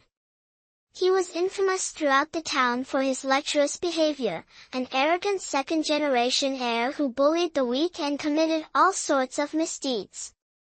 At present, he had cultivated to the peak of the martial master stage, earning some recognition within a 100-mile radius. Lucas Harlow was even more familiar with Ethan Blackwood, having spent nearly 2 years growing up in the shadow of his name. Now, just hearing the name Ethan Blackwood made him feel sick to his stomach. "Someone's coming," Leon Harlow suddenly said. "It seems to be Ethan Blackwood," Lucas Harlow squinted into the distance and said. "Attacked us sneakily and now pretending to be noble, huh?" Leon Harlow grumbled angrily, rubbing the small bump on his head. Victoria, being a sorceress, naturally sensed the presence of someone approaching before her two friends did. That was also why she paused her teasing of them. Now, seeing the figure drawing closer, she glanced briefly and noticed that the person had a slightly plump build. It was indeed Ethan Blackwood. At this moment, Ethan Blackwood, with a nervous expression, darted back and forth in the forest before finally hiding behind a large tree. "Stop hiding, I've seen you for a while now," Lucas Harlow shouted loudly. Ethan Blackwood was clearly startled by the shout. After a moment of silence, he stepped out from behind the tree, glancing at Leon Harlow and Lucas Harlow. He recognized the two but was surprised to encounter them here, so he asked in astonishment, "What are you two doing here?" "Keep pretending, go on, keep pretending," Leon Harlow snapped angrily. Ethan Blackwood blinked, his face showing confusion as he pondered Leon's words. "I'm talking to you, still playing dumb?" Leon Harlow grew even angrier when Ethan didn't respond. "So, you're saying you all really know nothing?" Ethan Blackwood's expression suddenly turned icy. "Since you already know, go die." Ethan Blackwood spat coldly. He swiftly drew a blade from his side and slashed with a sharp whoosh toward Lucas Harlow. Lucas, having been on guard, immediately rolled to evade the attack as the blade narrowly missed him. Furious at the ambush and the audacity of using a weapon, Leon Harlow, who often dismissed himself as a mere, useless intellectual, quickly pulled out an intricately designed dagger from his side and tossed it to Lucas. "Catch this, cousin. This is a treasure," Leon shouted as he threw the dagger. Catching the weapon midair, Lucas asked, "What about you, cousin?" Leon smirked devilishly. "Don't worry about me. Just focus on the fight. I trust in Brother Swan's teachings. I'll live forever, protected by golden armor. I'll be fine." Reassured, Lucas grasped the dagger firmly and charged forward. In an instant, the two began clashing fiercely, while Leon stood to the side, cheering them on as if he were merely enjoying the spectacle. The sound of blades clashing rang out continuously. Perched on a tree, Victoria observed everything clearly. Her brows furrowed as she thought to herself, Ethan Blackwood must have some secret that's been exposed. That's why he's so desperate, attacking Leon and Lucas so viciously. Otherwise, their meeting would have amounted to just a few taunts and a light sparring match. But now, Ethan's strikes were deadly, clearly aiming to kill both Lucas and Leon in a short time. Realizing this, Victoria seized the opportunity while the three were engaged in combat. She quietly slid down from the tree, using the shadows of the foliage to conceal herself as she carefully moved toward the direction Ethan had come from. When she reached the large tree Ethan had hidden behind earlier, she discovered a young woman lying there, her torn clothes in disarray. A sharp dagger was lodged in her chest. Judging by the scene, it was clear the girl had been assaulted and then murdered. Her body was still warm, she had died not long ago. Fortunately, Victoria had trained in martial arts and body techniques since childhood. From the tender age of 6, she had grown accustomed to the sight of death. Even so, stumbling upon a corpse at twilight sent a chill down her spine. She instinctively took 2 or 3 steps back, shuddering.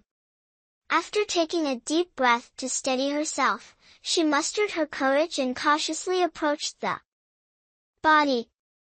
Upon closer inspection, Victoria immediately recognized the identity of the girl. A cold shiver ran down her back. The young woman before her was none other than Diana Grace, the daughter of Butler Grace from Harlow Fortress. Victoria had met Diana Grace a few times before. Although the Harlow family was prominent, she could still recognize someone like Butler Grace. But why was Diana Grace dead? Recalling Ethan Blackwood's sneaky demeanor, Victoria could piece together part of the story. No wonder Ethan Blackwood seemed bulky when she first saw him, it turned out he was carrying Diana Grace. Diana Grace had been raped and murdered. Even though Victoria no longer had any ties to the Harlow family, witnessing such a beastly act from Ethan Blackwood infuriated her as a fellow woman. Her anger boiled over. Without hesitation, she stepped out from behind the large tree and shouted at the 3 people fighting, "All of you, stop this instant!" Chapter 11, Never Underestimate a Sorcerer. 3 people were fiercely fighting when suddenly a loud shout startled them. They instinctively turned to look in Victoria's direction. As Ethan Blackwood saw Victoria stepping out from behind a large tree, his heart tensed up, and his already ferocious expression grew even more menacing. In a cold voice, he asked, "Who are you?" Victoria, being relatively unknown in Harlow Fortress, was not someone Ethan Blackwood paid attention to. Though he had encountered her a few times, he had nearly forgotten her existence. Therefore, he failed to recognize her. However, after sensing the faint aura of energy emanating from Victoria, he gradually relaxed. Just an ordinary martial artist, nothing more ordinary than this, and to top it off, a woman. She wasn't worth his concern at all.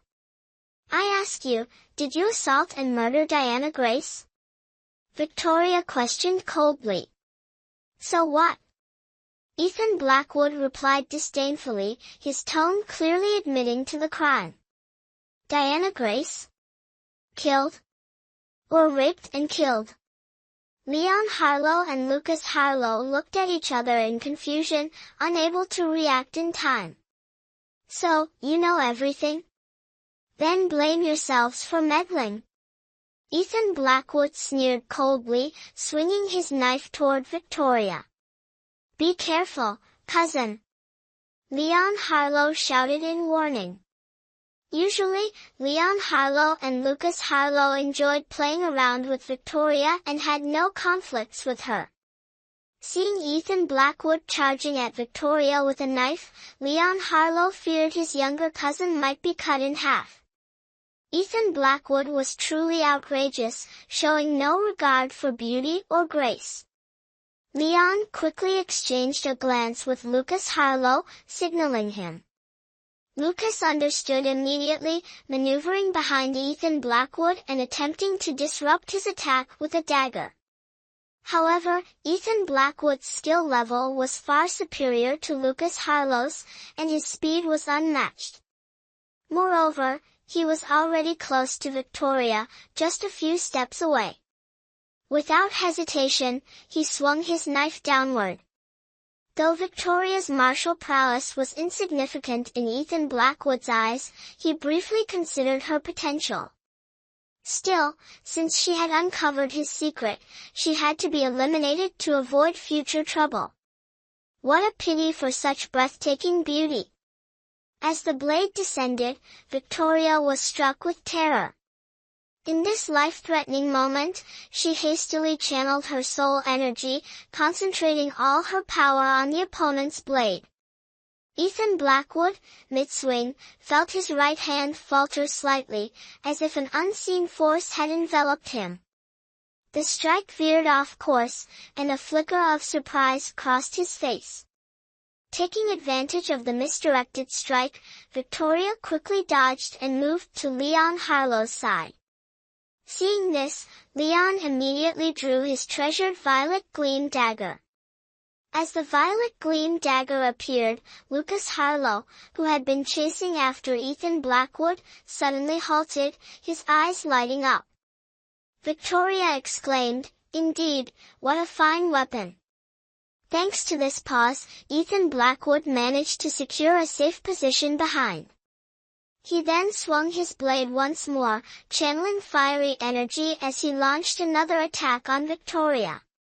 Seeing his cousin about to fall into a disadvantageous position, Leon Harlow quickly shouted, "Victoria, catch this," and tossed the violet gleam dagger to her.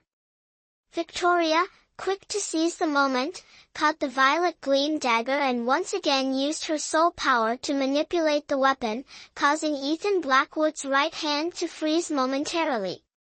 Taking advantage of this opening, the violet gleam dagger lunged forward with force. Ethan Blackwood was alarmed, his expression shifting drastically. Fortunately, his reflexes were sharp, and he leaned back just in time to evade the strike of the radiant blade. At that moment, Leon Harlow and Lucas Harlow charged forward, unleashing a fierce assault on Ethan Blackwood. The Harlow family held a strong belief: if anyone dared to bully a member of their family, they would never let that person go unpunished. Thus, after learning about Diana Grace's tragic fate, assaulted and murdered, Leon Harlow and Lucas Harlow were filled with rage. Someone had dared to kill one of their own. Except for the brief moment when the violet gleam dagger had paused earlier, their attacks were now overwhelmingly aggressive. Among the three, two had already reached the martial master realm, making it nearly impossible for Victoria, at the martial practitioner level, to intervene directly in the battle. However, Victoria was, after all, a sorceress, possessing unique abilities that martial artists did not have. Spotting an opportunity, Victoria used her soul power to control the blade in Ethan Blackwood's hand. Ethan Blackwood was utterly frustrated. The blade was clearly aimed at his opponent's waist, but a sudden tremor in his hand caused it to strike the leg instead. As a result, after exchanging 7 or 8 rounds, both Ethan Blackwood's thigh and arm had been hit twice by Lucas Harlow's sword. Just as they were about to capture Ethan Blackwood, Victoria suddenly tensed up and urgently warned, "Be careful, an expert is approaching, hurry up." Lucas Harlow and Leon Harlow, trusting Victoria's keen instincts, immediately hesitated for a brief moment. Lucas Harlow then swung his dagger even faster. The moment Victoria finished speaking, a streak of brilliant red light flashed through the forest. In an instant, a middle-aged man clad in a crimson robe appeared before Victoria. With just a wave of his hand, he effortlessly neutralized Lucas Harlow's attack. Marcus Blackwood. Seeing the newcomer, Victoria and her companions froze in shock. In contrast, Ethan Blackwood's face lit up with joy as he looked at the man. This was none other than Marcus Blackwood, the head of the Blackwood family, who had reached the realm of condensed precision. "Ethan, how could it take you so long to handle these 3 youngsters?" Marcus Blackwood, his back to Victoria, spoke to Ethan Blackwood. "Father, this girl is a bit peculiar," Ethan Blackwood said, glancing at Victoria before addressing Marcus Blackwood. "Oh?" Marcus Blackwood turned to look at Victoria and asked, "What's peculiar about her?" "She seems to be a sorceress," Ethan Blackwood said. "Huh? Isn't she that useless second daughter? How did she become a sorceress?" Marcus Blackwood, recognizing Victoria, exclaimed in slight astonishment upon hearing she might be a sorceress. "She just controlled the weapon in my hand several times," Ethan Blackwood explained. "Ethan, do you like this girl?" Marcus Blackwood asked with a sly smile. "Father, although this girl is a bit feisty, I actually like that kind of personality. If I could marry her as a concubine, it would be perfect," Ethan Blackwood replied, looking at Victoria, who appeared pure and graceful in the wind. "Daydreaming in broad daylight. I'd rather marry a spirit beast than someone as vile as you." Victoria, hearing the words of the father and son, glared angrily, clenching her fists tightly. "In that case, there's no reason to let her live." "Humph, a sorceress. Originally, I intended to recruit you."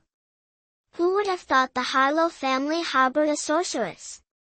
Marcus Blackwood sneered coldly. On the other side, Victoria and her companions, upon realizing Marcus Blackwood had arrived, knew they couldn't escape and decisively stood their ground. In the Harlow family, there was only death in battle, no cowards begging for mercy, not even the women. As for Victoria, it went without saying. Though her cultivation level was low, she was still the dignified second daughter of Harlow Fortress. Faced with such circumstances, she would never become a deserter.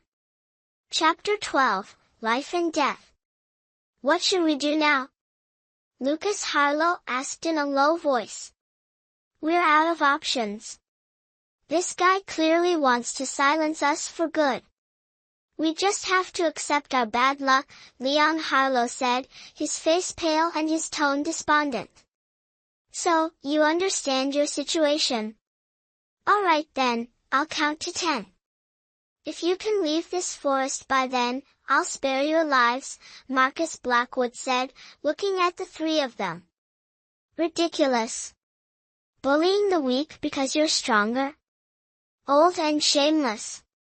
No one from the Harlow family is a coward," Lucas Harlow retorted coldly. "Really?" Marcus Blackwood, of course, understood that Lucas Harlow was mocking the Blackwood family as cowards. Being insulted by a mere child enraged him. Without hesitation, he swung his hand, delivering a powerful strike straight at Lucas Harlow's head. A martial grandmaster, a level above a martial master, had speed and strength that Lucas Harlow, as a martial master, couldn't possibly counter. A dull thud echoed, followed by Lucas Harlow's body being thrown backward. Mid-air, he spat out a mouthful of fresh blood. In Victoria's eyes, the entire forest seemed to be drenched in the crimson hue of the blood-stained sunset. Leon Harlow rushed forward, trying to catch Lucas Harlow mid-air, but he was too slow. Struck by a martial grandmaster, Lucas Harlow's fall was inevitable. By the time Lucas hit the ground, Leon could only grasp at empty air. Victoria looked toward Lucas Harlow and saw that he had already fallen unconscious. Taking a direct hit from a martial grandmaster, it seemed survival was slim. "I'll risk it all with you." Leon Harlow, seeing Lucas Harlow unconscious, immediately picked up the short dagger lying on the ground and charged fiercely at Marcus Blackwood.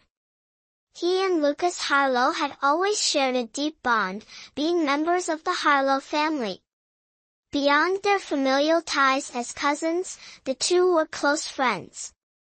At this moment, seeing Lucas Harlow collapse to the ground, the hatred in Leon Harlow's heart erupted like a volcano. Moreover, both were young and impulsive by nature. Ignoring the fact that Marcus Blackwood was far superior in skill and disregarding that he himself was not a martial artist but a scholar, Leon recklessly launched an attack.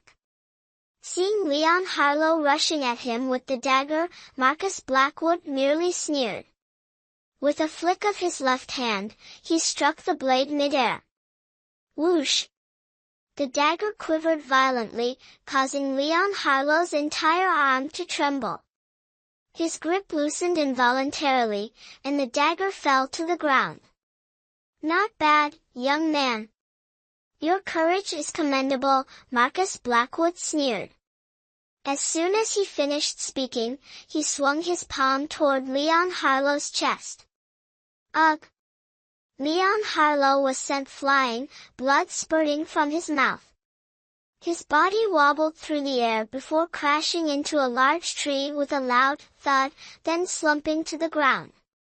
"Little sorceress, it seems you are wiser, choosing not to resist." After dealing with Leon Harlow, Marcus Blackwood's gaze shifted to Victoria. Victoria remained calm, her eyes fixed on Marcus Blackwood. "Kneel down, bow your head 100 times for me, then serve my father and me to our satisfaction, and I'll spare you," Ethan Blackwood sneered coldly, standing to the side. All of this was caused by Victoria, and the grudge he bore was something he couldn't swallow. Victoria merely smirked faintly, saying nothing. Marcus Blackwood, on the other hand, looked at Victoria with amusement, curious to see how she would react, so he remained silent as well. "What's the matter? Playing deaf, are you?" Ethan Blackwood said icily. Victoria continued to feign indifference, as though she hadn't heard him, but quietly secured the violet gleam dagger behind her back, simultaneously channeling all her soul energy into the blade.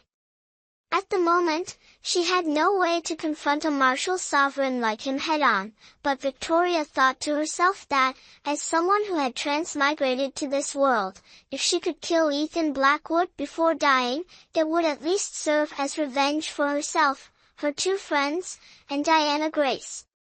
It would make her journey here worthwhile. With that thought, Victoria silently prepared the violet gleam dagger, waiting for the perfect opportunity to deliver a fatal strike to Ethan Blackwood. At this moment, Ethan Blackwood was still lost in his delusions, imagining Victoria becoming his slave after his training. He envisioned her adopting all sorts of submissive postures, and the thought of her bowing before him filled him with anticipation, as he waited foolishly for her response. "Giving you a chance, and you don't even appreciate it? Don't blame me for being ruthless, then," Ethan Blackwood said, his expression darkening when Victoria didn't plead for mercy as he had expected. He was visibly displeased. This was precisely the opportunity Victoria had been waiting for. As Ethan Blackwood spoke, the violet gleam dagger, controlled by her soul energy, shot toward him without hesitation. Ethan Blackwood could only watch as a streak of purple light flashed before his eyes. By the time he reacted, it was too late. Even so, he tried to dodge to the side, but the sound of thud, thud echoed as the dagger embedded itself deeply into his right chest. The violet gleam dagger had an incredibly strong penetrating power, slicing through his body as effortlessly as cutting tofu. Ethan Blackwood let out a scream, the pain so intense that he wanted to writhe on the ground. Fortunately, he dodged just in time, and the blade missed any vital spots. However, the agony was unavoidable. Marcus Blackwood never imagined his son would be attacked right before his eyes.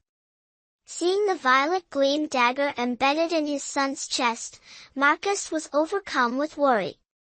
Without a second thought, he rushed forward to catch Ethan as he collapsed to the ground, urgently asking, "Ethan, are you all right?" "Father, kill her for me."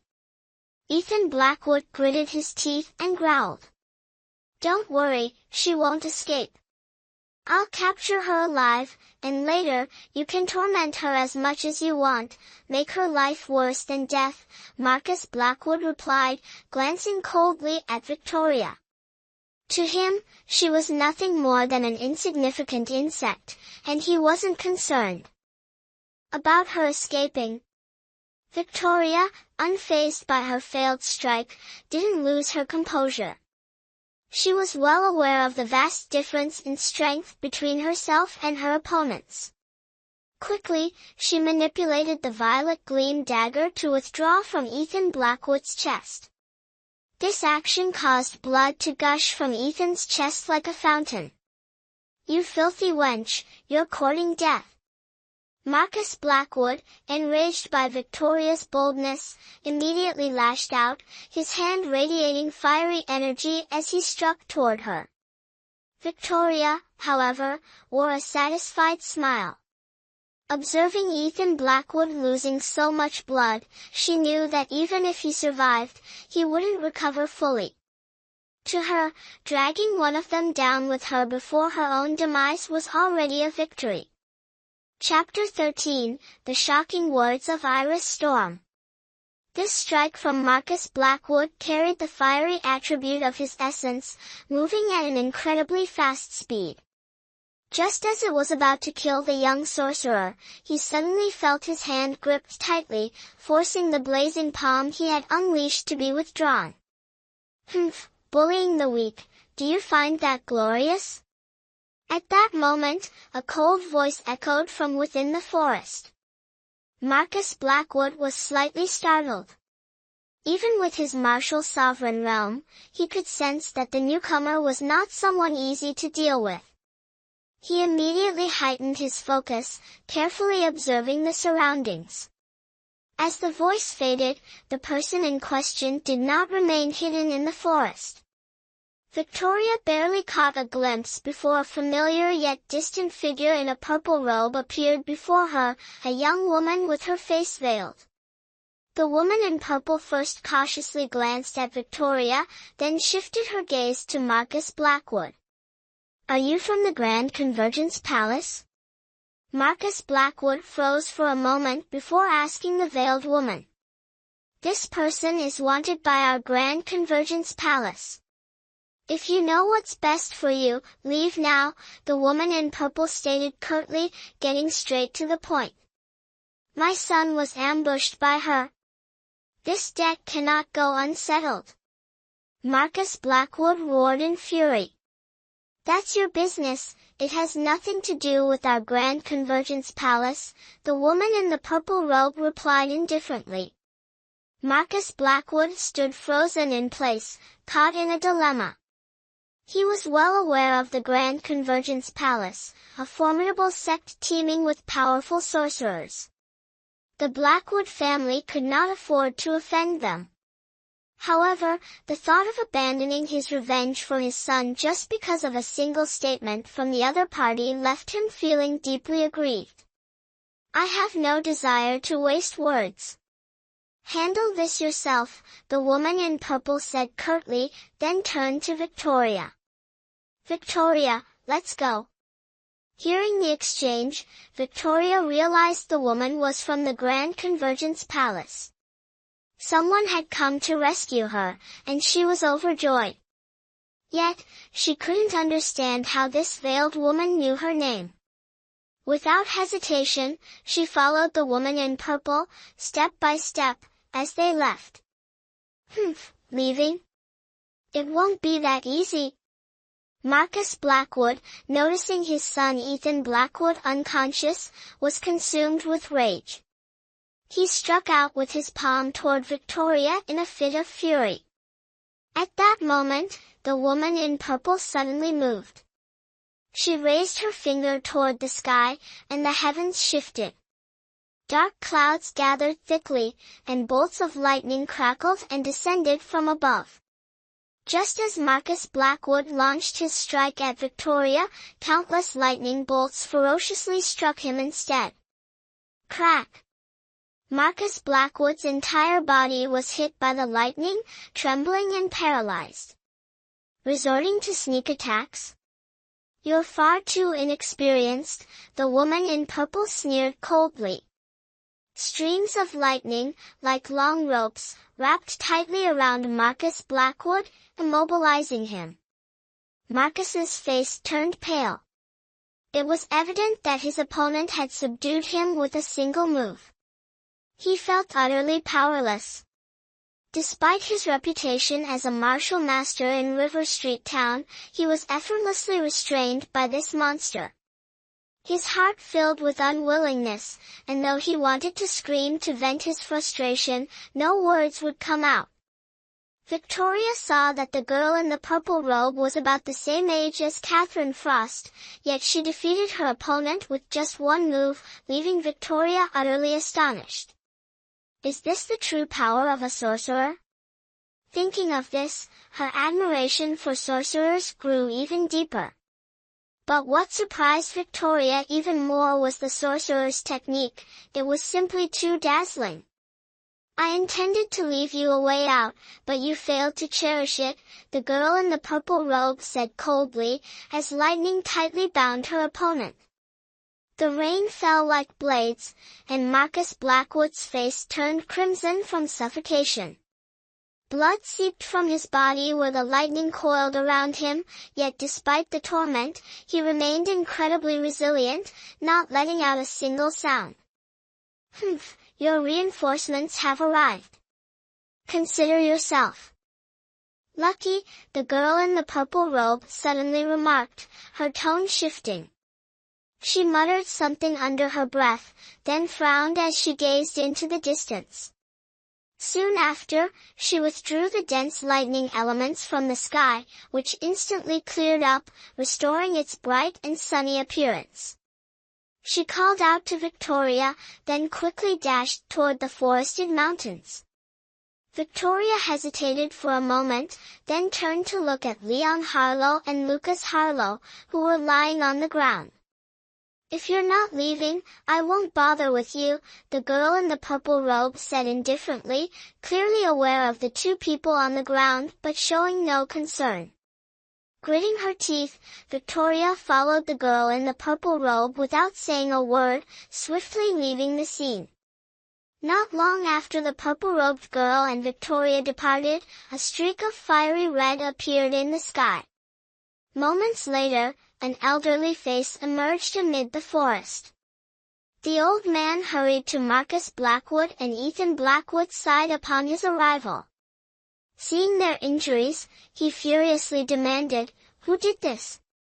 "The people of the Grand Convergence Palace," Marcus Blackwood replied calmly, his injuries not too severe, as he recognized the newcomer. Grand Convergence Palace? The old man was momentarily stunned, simultaneously realizing that dealing with this force would be extremely challenging. His expression darkened. The Harlow family has a girl with the talent to become a sorceress, Marcus Blackwood briefly explained again. "We'll discuss it after we return," the old man decisively stated. Meanwhile, on the other side, under the guidance of the girl in the purple robe, Victoria followed her deeper into the forest. By now, the sky had gradually darkened. The girl in the purple robe stopped beside a large rock and said, "This place should be temporarily safe." "Who was that earlier?" Victoria, having seen the person effortlessly subdue a martial master, yet immediately retreat upon sensing their presence, grew curious and asked. Just a mere martial saint. Fighting him would take too much time, the woman in the purple robe replied lazily, leaning against the large rock with narrowed eyes. Victoria was taken aback. To dismiss someone as a martial saint simply because it would be time-consuming to fight them, her words left Victoria skeptical. However, from the faint disdain in her tone, Victoria couldn't help but feel astonished. A martial saint was nearly at the pinnacle of the continent of martial resolve, yet this woman referred to them as just a mere martial saint. I won't bother introducing myself, you probably already know me. We've met before. In fact, I am the lightning element instructor from Grand Convergence Palace, the woman in the purple robe said, leaning against the large rock. She pulled down her face covering and spoke lazily. Iris Storm? Why is it you? Are you really that powerful? Victoria was stunned once more. Chapter 14, Teleportation Talisman. Victoria thought Catherine Frost had sent someone to pick her up and take her back to the Grand Convergence Palace. Unexpectedly, she encountered Iris Storm, the wielder of the lightning element, leaving her unsure of how to react. Victoria, you don't need to concern yourself with my matters. This time, I'm out for my own reasons. So, what do you say? Interested in becoming my disciple? Iris Storm looked at Victoria, her eyes filled with anticipation. Victoria was momentarily at a loss for words and could only gaze up at the sky. Hurry up and answer, I'm not patient, Iris Storm frowned, urging her when she saw Victoria's silence. Iris Storm, the thing is, before you came, Master Snow had already approached me, and I've agreed to become her disciple, Victoria confessed honestly. Catherine Frost? Iris Storm frowned again, staying silent for a moment before speaking. You should know that the techniques of water element disciples are nothing impressive.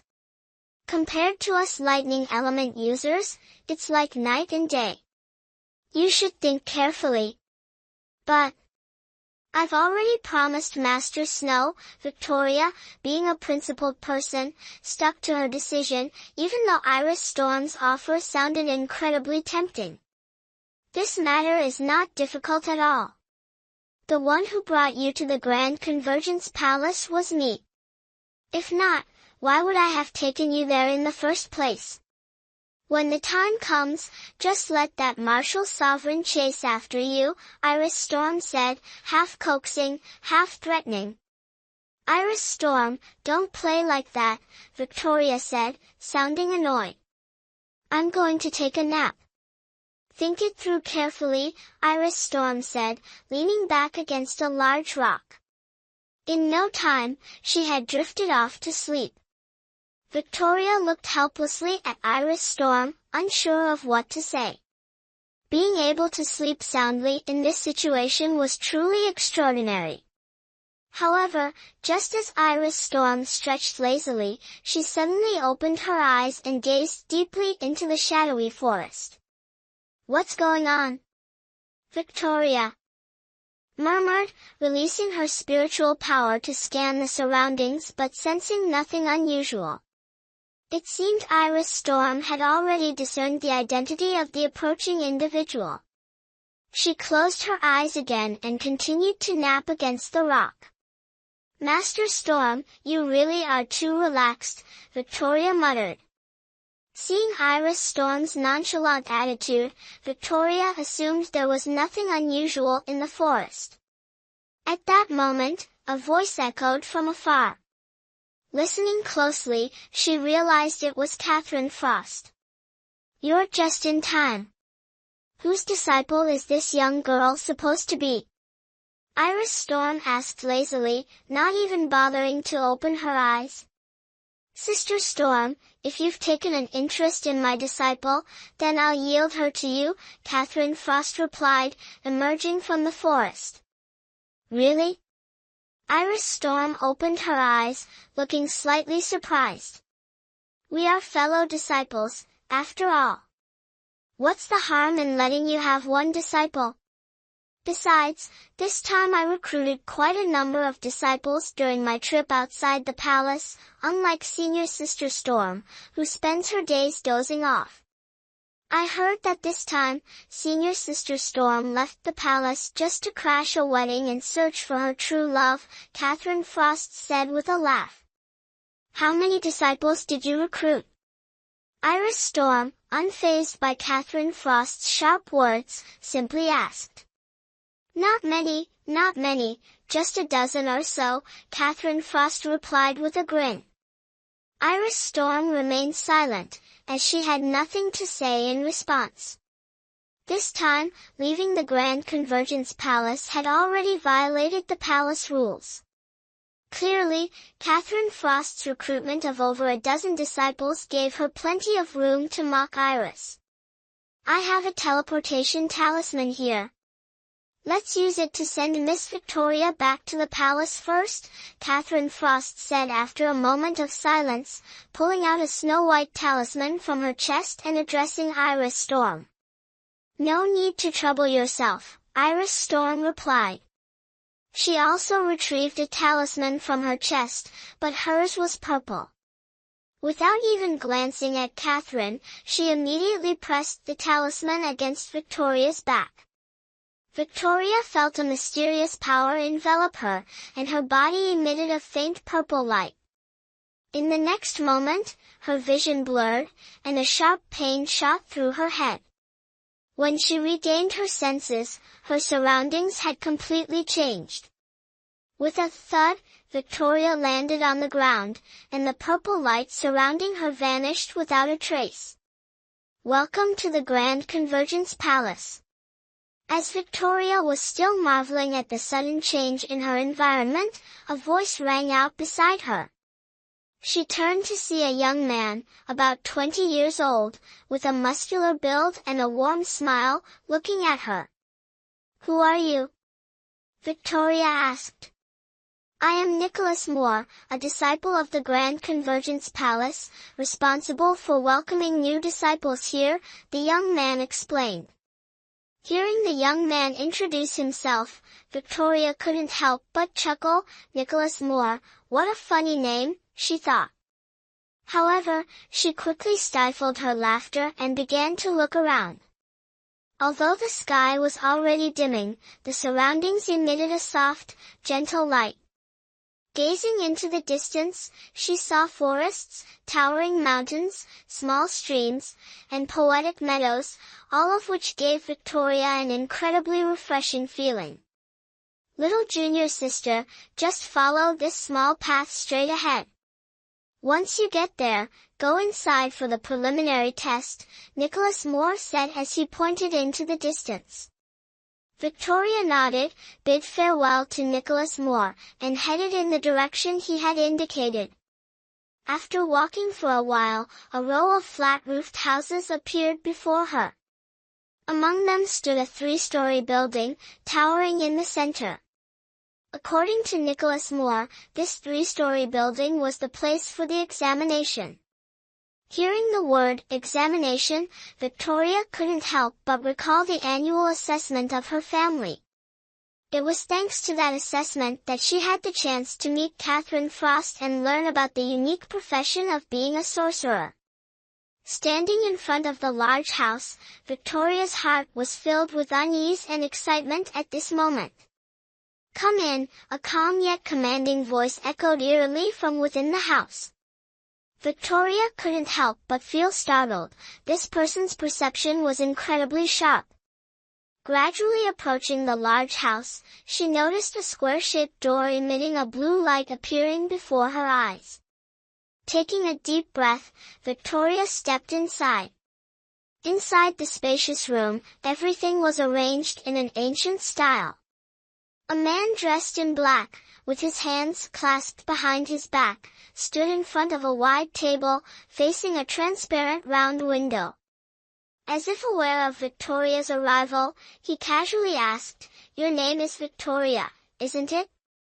"Yes, Senior," Victoria replied, her tone neither arrogant nor servile. "On the table, there is a book and a token. Take them and keep them safe. Then, take the token to the space on the rooftop of house number 9527 to begin your training. Come see me in 10 days, the man in black instructed. After speaking, he fell silent, gazing out of the window without uttering another word. Chapter 15, Soul Relic. Victoria softly responded, her eyes catching sight of a not-too-thick book and a small wooden card on the wooden table. She picked both items up. First, she looked at the title on the book's cover and saw 4 large words, Elemental Principles, with 2 smaller words underneath, Supplementary Edition. Feeling a slight joy, she carefully put the book away. Then, she examined the wooden card, which had the symbol, 9527, engraved on it. Thinking it might be some kind of key, she also tucked the wooden card away before saying, "Thank you, Senior." The man in black did not reply, his eyes still gazing out the window as if admiring the scenery or lost in thought. Seeing that he was not inclined to talk, Victoria felt a bit disappointed and walked toward the door without hesitation.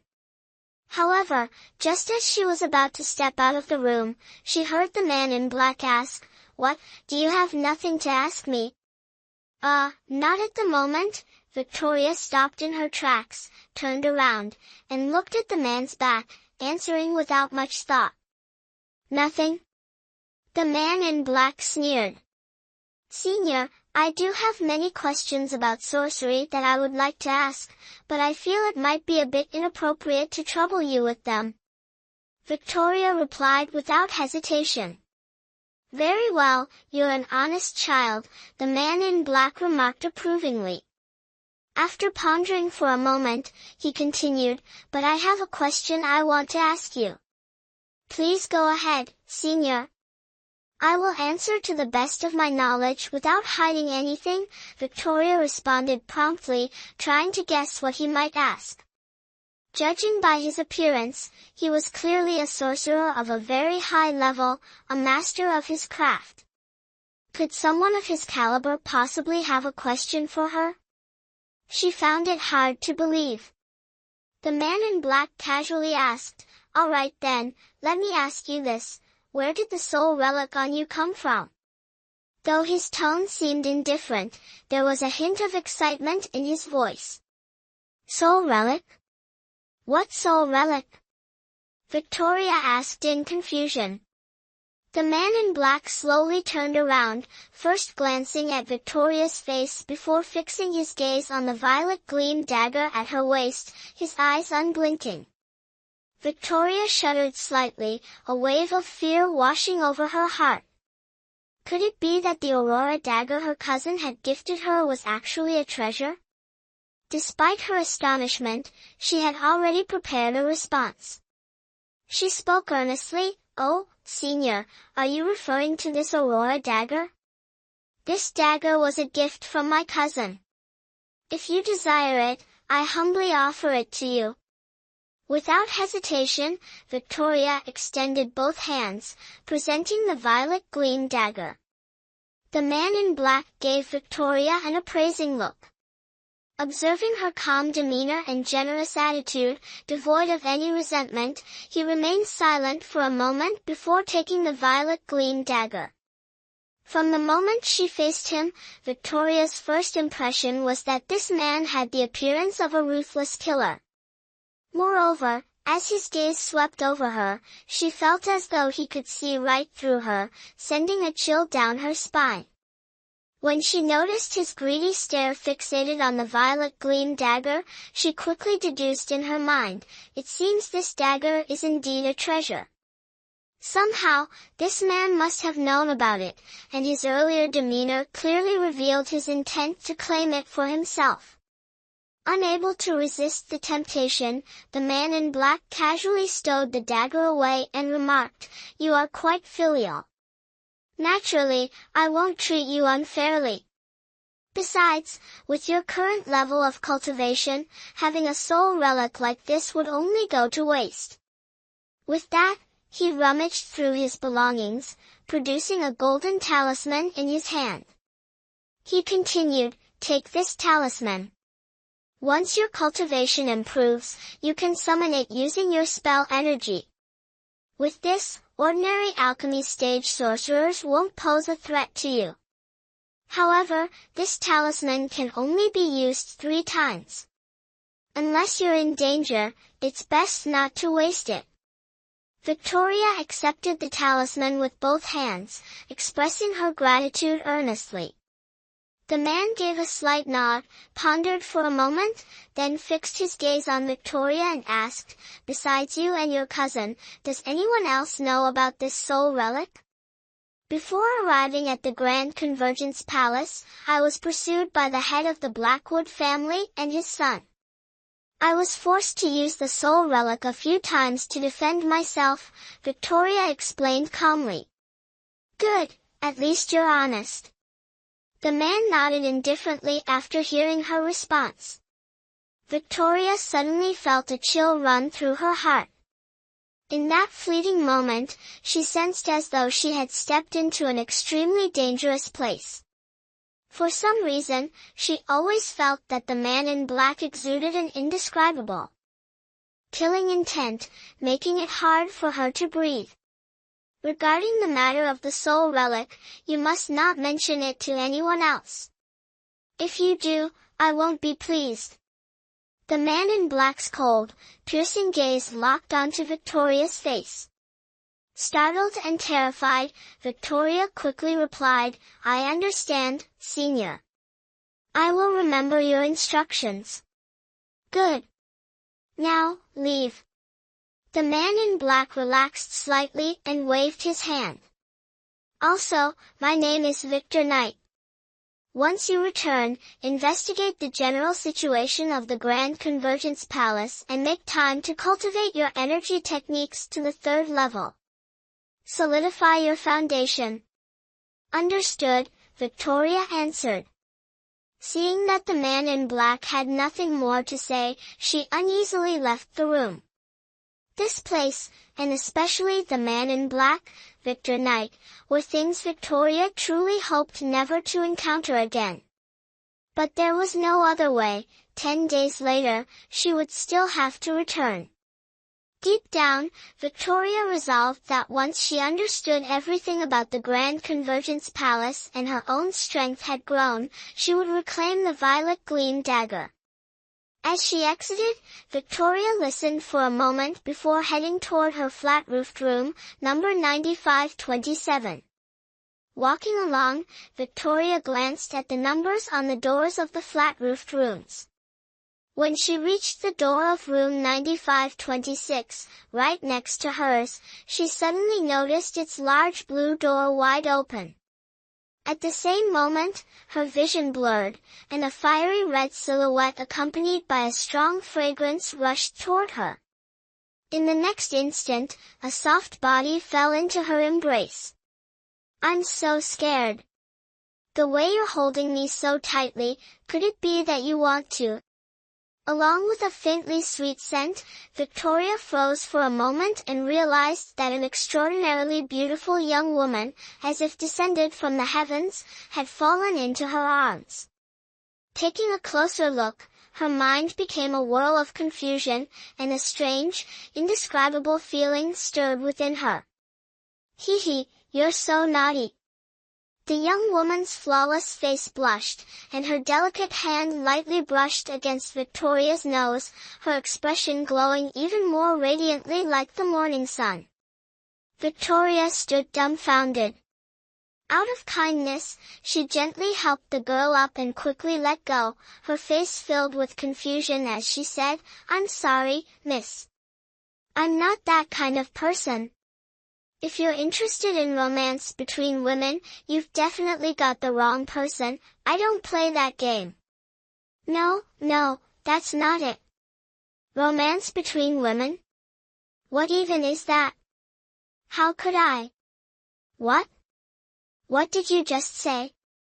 The stunning young woman hastily waved her soft hands, her cheeks flushing an even deeper shade of red. Huh? Victoria was stunned, unable to grasp the true meaning behind the other person's words. After all, she was a proper and upright person, completely uninvolved with such things. Chapter 16, The Pure Yuri. The stunning young woman smiled softly and replied in a coquettish tone, "You don't need to explain anymore, my lady. If you also want to try, I'll serve you tonight, alright?" Alright. Back then, sleeping on my mother's arm was so comfortable. I wonder if sleeping on your arm would feel the same? Victoria teased playfully. The stunning young woman was at a loss for words. So it turned out the other party wanted to bond with her just to use her arm as a pillow. Hey, who are you? How dare you touch my summon?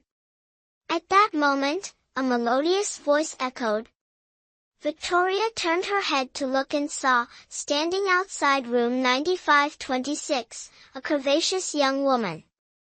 Though she was incredibly beautiful, she exuded a cold and unapproachable aura. Victoria snapped out of her daze and awkwardly smiled. "Senior sister, my name is Victoria." "Victoria?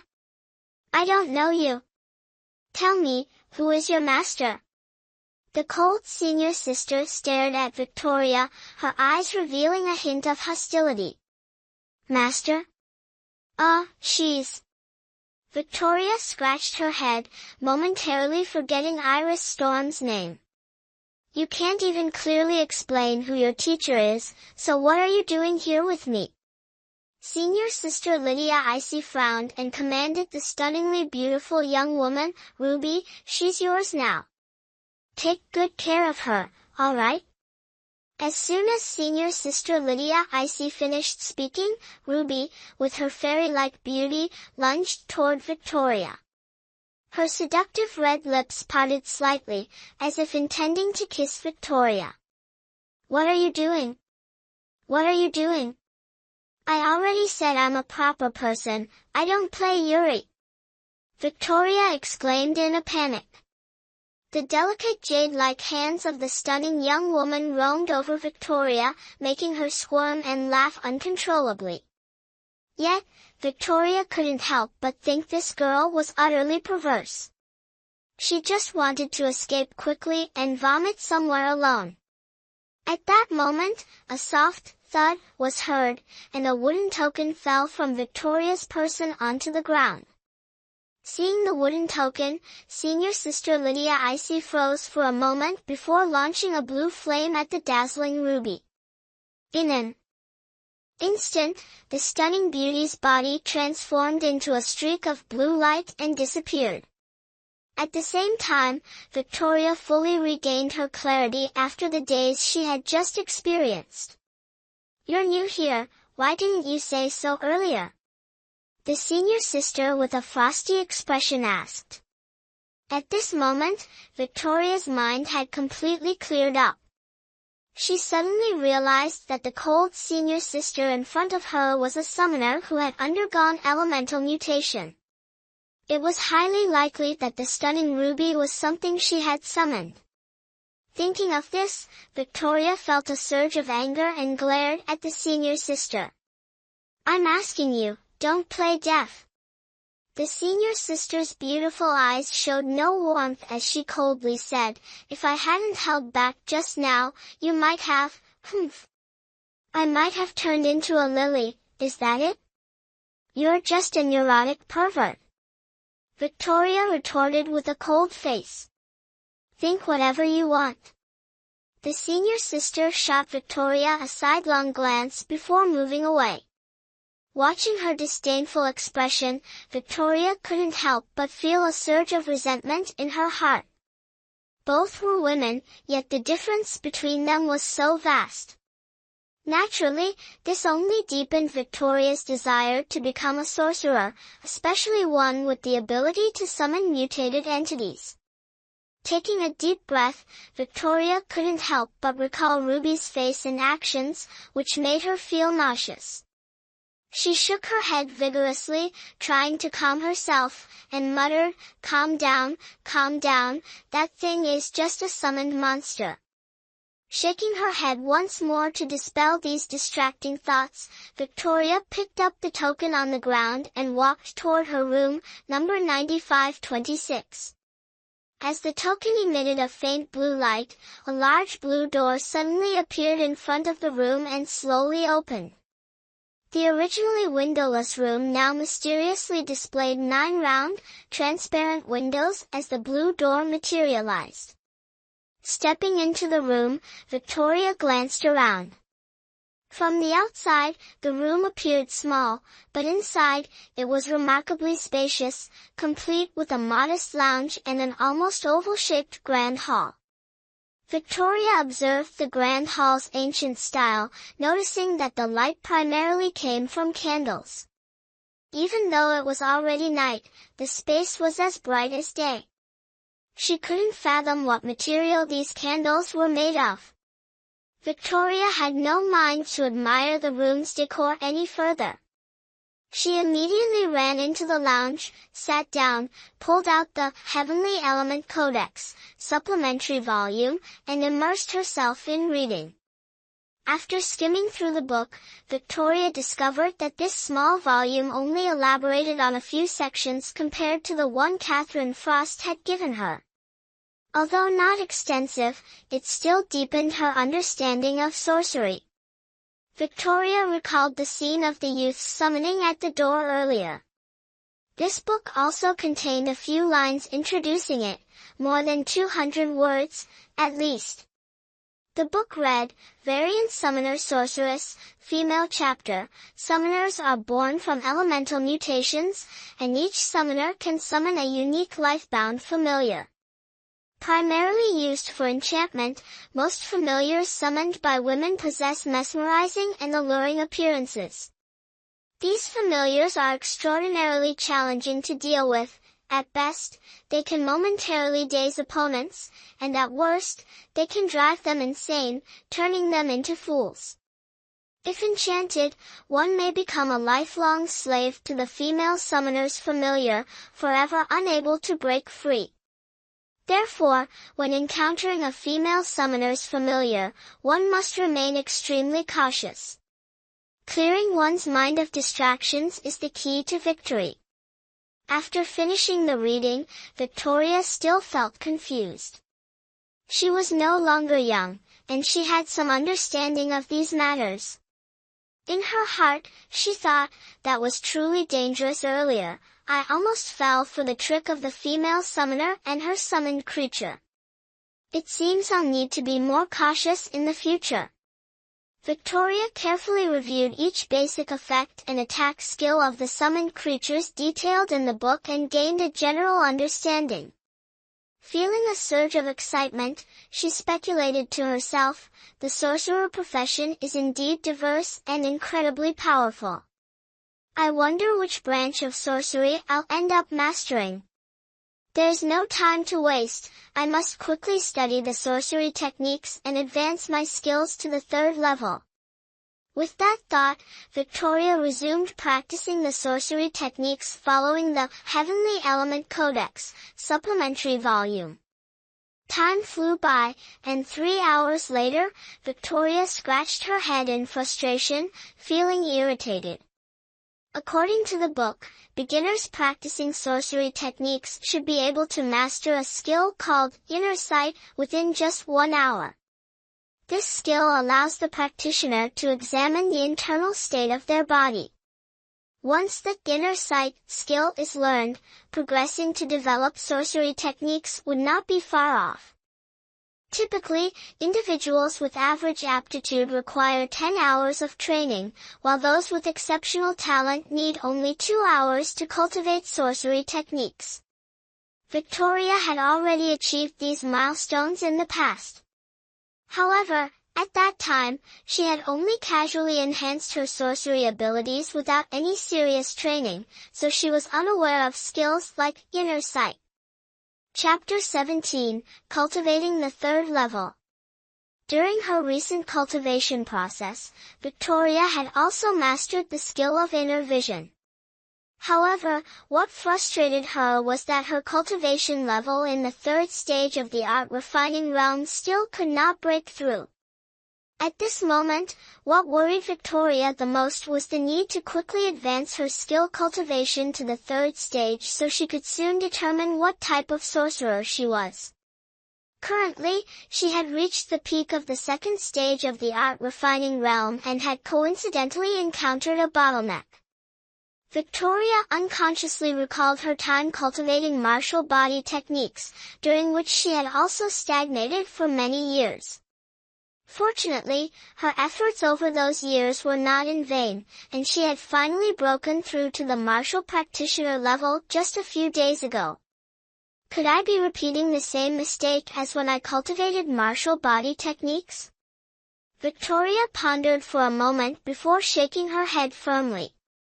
Her gaze became resolute as she silently vowed, I refuse to believe it.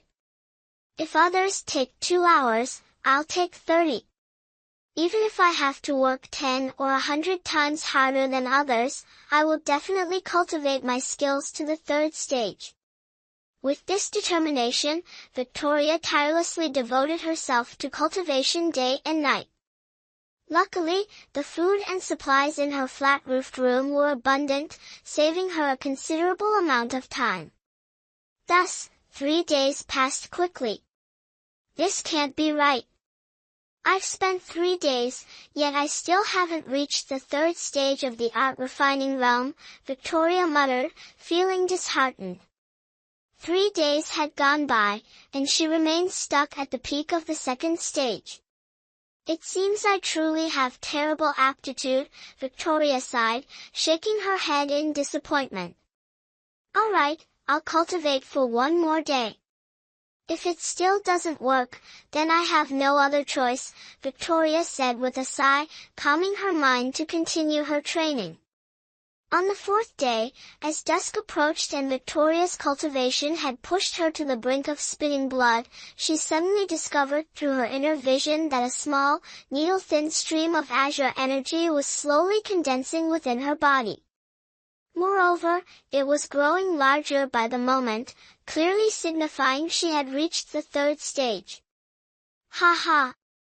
I've finally succeeded! Victoria exclaimed, finally breaking into a smile. After countless failures and efforts, Victoria deeply cherished the hard-earned achievement of reaching the third level of alchemy arts. Sensing the state of her magical energy, a fleeting smile appeared on Victoria's face, but her expression soon turned serious. She knew that although she had reached the third level, she still needed time to stabilize it. If the third level magical energy wasn't fully consolidated and she forced herself to sense the elements, the energy might dissipate on its own. At that point, she would have to start training again from the second level. 6 more days passed, and Victoria discovered that the magical energy within her had grown to the size of an apple seed. Only then did she smile. Just as described in Elemental Principles, continuation, magical energy reaching the size of an apple seed marked the completion of the final consolidation. It could be said that the third level of alchemy arts was equivalent to the 4th level of martial disciple in physical martial arts training. Advancing from the 3rd to the 4th level in both disciplines was a critical juncture. Only by overcoming this bottleneck could future training progress more smoothly. Victoria knew that her 10-day agreement with Sir Victor Knight was approaching. Fortunately, she had managed to reach the 3rd level of alchemy arts in time and completed the final consolidation. This represented a significant step forward in her journey as a sorcerer. On the morning of the 10th day, just after waking up and completing her morning routine, Victoria heard a knock at the door. Opening the large blue door of her flat-roofed room, Victoria was momentarily stunned. The visitor was none other than the cold and distant summoner from the neighboring room. The aloof senior sister glanced at Victoria expressionlessly, scrutinizing her from head to toe before asking, "Have you reached the third level of magical energy?" Victoria nodded, thinking to herself, "Please, for the love of everything, don't turn this into a Yuri situation. I can't handle it." The cold senior sister said indifferently, "If that's the case, then head to Master Knight's place immediately." Victoria nodded again without saying a word. The senior sister, cold and seemingly disdainful, avoided speaking to her and showed no respect. She glared fiercely at Victoria before retreating to her flat-roofed room, slamming the large blue door shut behind her. Victoria sighed, realizing she dared not provoke this person for now. If she were to be enticed again by her summoned creature, it would end badly. Thinking about Ruby, Victoria still felt slightly nauseous. Although she didn't yet fully understand the senior sister's background, her instincts told her the woman wasn't someone good. Thus, Victoria quickly headed toward Victor Knight's flat-roofed room. On the way, Victoria was surprised to find many others emerging from the previously quiet flat-roofed rooms. Like her, they were also heading toward the tallest flat-roofed room. It made sense. Victoria had been training in her own flat-roofed space for days and was completely unaware of outside events. It seems the Grand Convergence Palace had recently recruited quite a few disciples. "Hey, sister, where are you from?" Just as Victoria was pondering whether these people were newcomers or already magicians, a voice called out beside her. "Continent of martial resolve," Victoria replied curtly, glancing at the speaker. She still remembered senior sister Lydia Icy's words, so she wasn't in a particularly good mood. "You're funny." "This is the continent of martial resolve," the other person laughed, unfazed by Victoria's tone, and introduced herself. "I'm Evelyn Carter, from River Zhang Town." "What about you?" "My name is Victoria Harlow, also from River Zhang Town." Hearing that the other person was also from River Zhang Town, Victoria felt a little more at ease. "Are you from the Harlow family?" Evelyn Carter asked in surprise. Victoria shook her head. The Harlow family? She had long ceased to be part of the Harlow family. Evelyn Carter still seemed puzzled. People with the surname Harlow in River Zhang Town were almost always part of the Harlow family. Not wanting to linger on the topic, Evelyn changed the subject and asked, "Have you trained your magical abilities to the third level yet?" Victoria didn't hide anything and nodded. "Haha, I've mastered it too." Evelyn Carter laughed, then clenched her fist and continued, "Once I become a sorcerer, I must make the Harlow family realize that in River Zhang Town, there's not only the Harlow family but also the heroine, Evelyn Carter." "I feel the same way," Victoria nodded in agreement. "Good sister." Evelyn Carter patted Victoria's shoulder. Meeting a like-minded friend made her feel a deep sense of connection. As they talked, more and more people gathered in front of the flat-roofed building. Victoria glanced around and noticed that there were at least nearly 1,000 people present. However, judging by their expressions, some looked dejected, some appeared joyful, while others seemed lost in thought. Each person's demeanor was different. Among these 1,000 people, some grouped in twos or threes, some formed larger clusters, and some stood alone. Yet, the number of women among them accounted for only about 20%. Chapter 18, Elemental Hall. Victor Knight, the man in black, leisurely stepped out of the mushroom-shaped building. Behind him, 6 young soul masters stood respectfully upright. Instantly, the square fell silent, and all eyes turned toward Victor Knight and the 6 soul masters following behind him. Among these 6, one was named Nicholas Moore. Victor Knight swept his gaze across the crowd, pausing briefly on Victoria before speaking in a deep voice without any unnecessary words, "Follow me." With that, he moved through the crowd, leading the soul masters behind him straight toward an open field in the distance. Victoria and the others followed closely, heading together toward the unclear destination. In truth, the mushroom-shaped building where Victoria lived was situated on slightly elevated terrain. Behind the building stretched a flat grassy area resembling a prairie. The place Victor Knight was heading toward was precisely this grassland. Therefore, after walking for less than 5 minutes, Victor Knight came to a halt. Victoria couldn't help but think to herself, other than wild grass, there's nothing here. Why come all the way out to this place? Could it be to practice the soul summoning technique? Victor Knight, with his back to Victoria and the others, raised his hands, which suddenly emitted a dazzling green light. His entire figure began to transform mysteriously, growing several times larger. Simultaneously, his back became covered with falling dried leaves, giving him an eerie appearance. From the front, one could clearly see that Victor Knight had grown a massive pair of wings, 3 meters long, made entirely of dried leaves. Seeing this scene, everyone present gasped in astonishment. This person is probably at the soul condensation stage, Victoria speculated silently.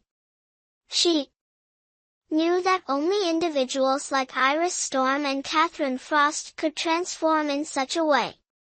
The wings on Victor Knight's back flapped toward the empty ground, and immediately, the earth trembled noticeably. Then, under everyone's watchful eyes, a glowing red formation with a diameter of about 3 meters appeared on the barren ground, resembling a burning flame. After completing everything, Victor Knight's massive wings reverted to dry leaves, and the whirlwind dissipated. Without turning back, he said to Nicholas Moore, "You explain to them how to perform the soul summoning technique." Nicholas Moore respectfully responded, then raised his voice to address the crowd. The so-called soul summoning technique, to put it simply, uses soul energy to sense and connect with the spirits within the soul shrine, then summons them to your side. Right now, in front of us is the soul shrine. Those who have reached the 3rd level of soul energy and successfully stabilized it will descend shortly. Once you've summoned a soul, exit through the blue light door in the Great Hall without lingering inside. Additionally, the maximum time allowed inside is half an hour. If you fail to summon a soul within that time, consider it bad luck. Does everyone understand? Understood, nearly 1,000 voices responded in unison. One more thing, Nicholas Moore added sternly, if you haven't reached the 3rd level of soul energy but recklessly enter the soul shrine, you'll meet a grim fate. He continued, now, those who haven't reached the 3rd level of soul energy, step to the right. Those who have reached the 3rd level but haven't stabilized it, move to the left. Those who have stabilized their soul energy, stand in the center. As soon as he finished speaking, everyone instinctively moved to their designated positions. Victoria stood in the center and looked around, noticing that among the nearly 1,000 people, more than half hadn't cultivated soul energy yet. Those who had cultivated it but hadn't stabilized it numbered over 200, while only about 300 stood with her in the center. Ha, I didn't expect my aptitude to be considered decent among this group, Victoria thought to herself, feeling a hint of delight. Very good, over 300 people have stabilized the 3rd level of soul energy, Victor Knight remarked, appearing quite satisfied with the number. He nodded and said, "You will divide into 2 teams and descend in 2 separate turns." The teams were swiftly organized, and Victoria was placed in the second group. However, facing the bright red formation that resembled flames, those who had not yet become soul masters were genuinely a bit frightened. In the first group, there were several young children, only around 8 or 9 years old, who were scared to tears by the fiery display. Eventually, their companions had to pull them in forcefully. After waiting for about half an hour, people began to emerge one after another from the red formation. Alongside them appeared various types of soul pets. Some were animals, some were plants, and some were human-like, though none were elemental types. Of course, there were also a few soul pets that had no combat utility, such as rabbits and lambs, which left some of the soul masters rather frustrated. While everyone was organizing into groups, Victor Knight quietly instructed a soul master behind him, "Calculate the accumulation points carefully. Each master receives 1 point for taking on a disciple. If the disciple doesn't cultivate up to the 3rd level of soul energy, no points are added. If they reach that level, add 2 points, and if they consolidate their soul energy, add 3 points. Understood?" "Yes, Master." "I understand," a young sorcerer respectfully replied.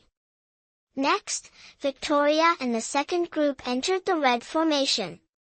As she stepped into the red formation, Victoria felt her entire body enveloped by a warm glow, reminiscent of the familiar sensation of being teleported through ruins in the mountains. Then, everything went dark before her eyes, and when her vision cleared, her surroundings had completely changed. It was a circular room with a circumference of about 10 jang. The walls of the room resembled a large arena, but this arena exuded an eerie and terrifying atmosphere. The air was cold and chilling, the space dim and gloomy, and the occasional sounds of ghostly wails and wolf howls echoed.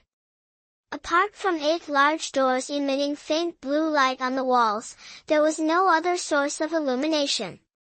These large blue doors must be the exits after summoning a soul pet, Victoria thought to herself as she glanced upward. Above her, the sky was pitch black, with no visible boundaries, resembling a dark, starless night sky. What is this place? Logically, I should be underground. But why is there a sky? Moreover, it's daytime outside, so the sky shouldn't be this dark. Victoria was utterly baffled.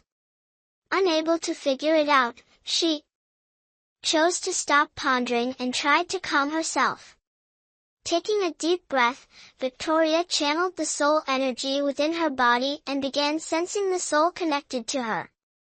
After the soul energy was activated, Victoria suddenly felt that strange white specters appeared in the pitch-black sky, floating slowly and eerily. Are these specters existing in the form of souls? With so many of them, which one is my soul companion? Seeing the dense multitude of souls, Victoria's soul energy continuously poured out from her body to sense the soul that belonged to her. However, there were far too many wandering spirits in this place. Therefore, Victoria had to keep releasing her soul energy to perceive the souls. After the time it took for an incense stick to burn, she still hadn't found the soul that belonged to her. Chapter 19, Full of Traps, Truly a Pitfall. Haha, I found my element. Just as Victoria was intensely focused on sensing her soul, an excited voice suddenly echoed.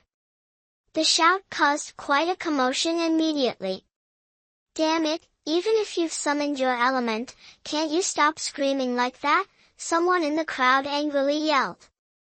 "Get lost, you idiot! I just started sensing my element, and you interrupted me.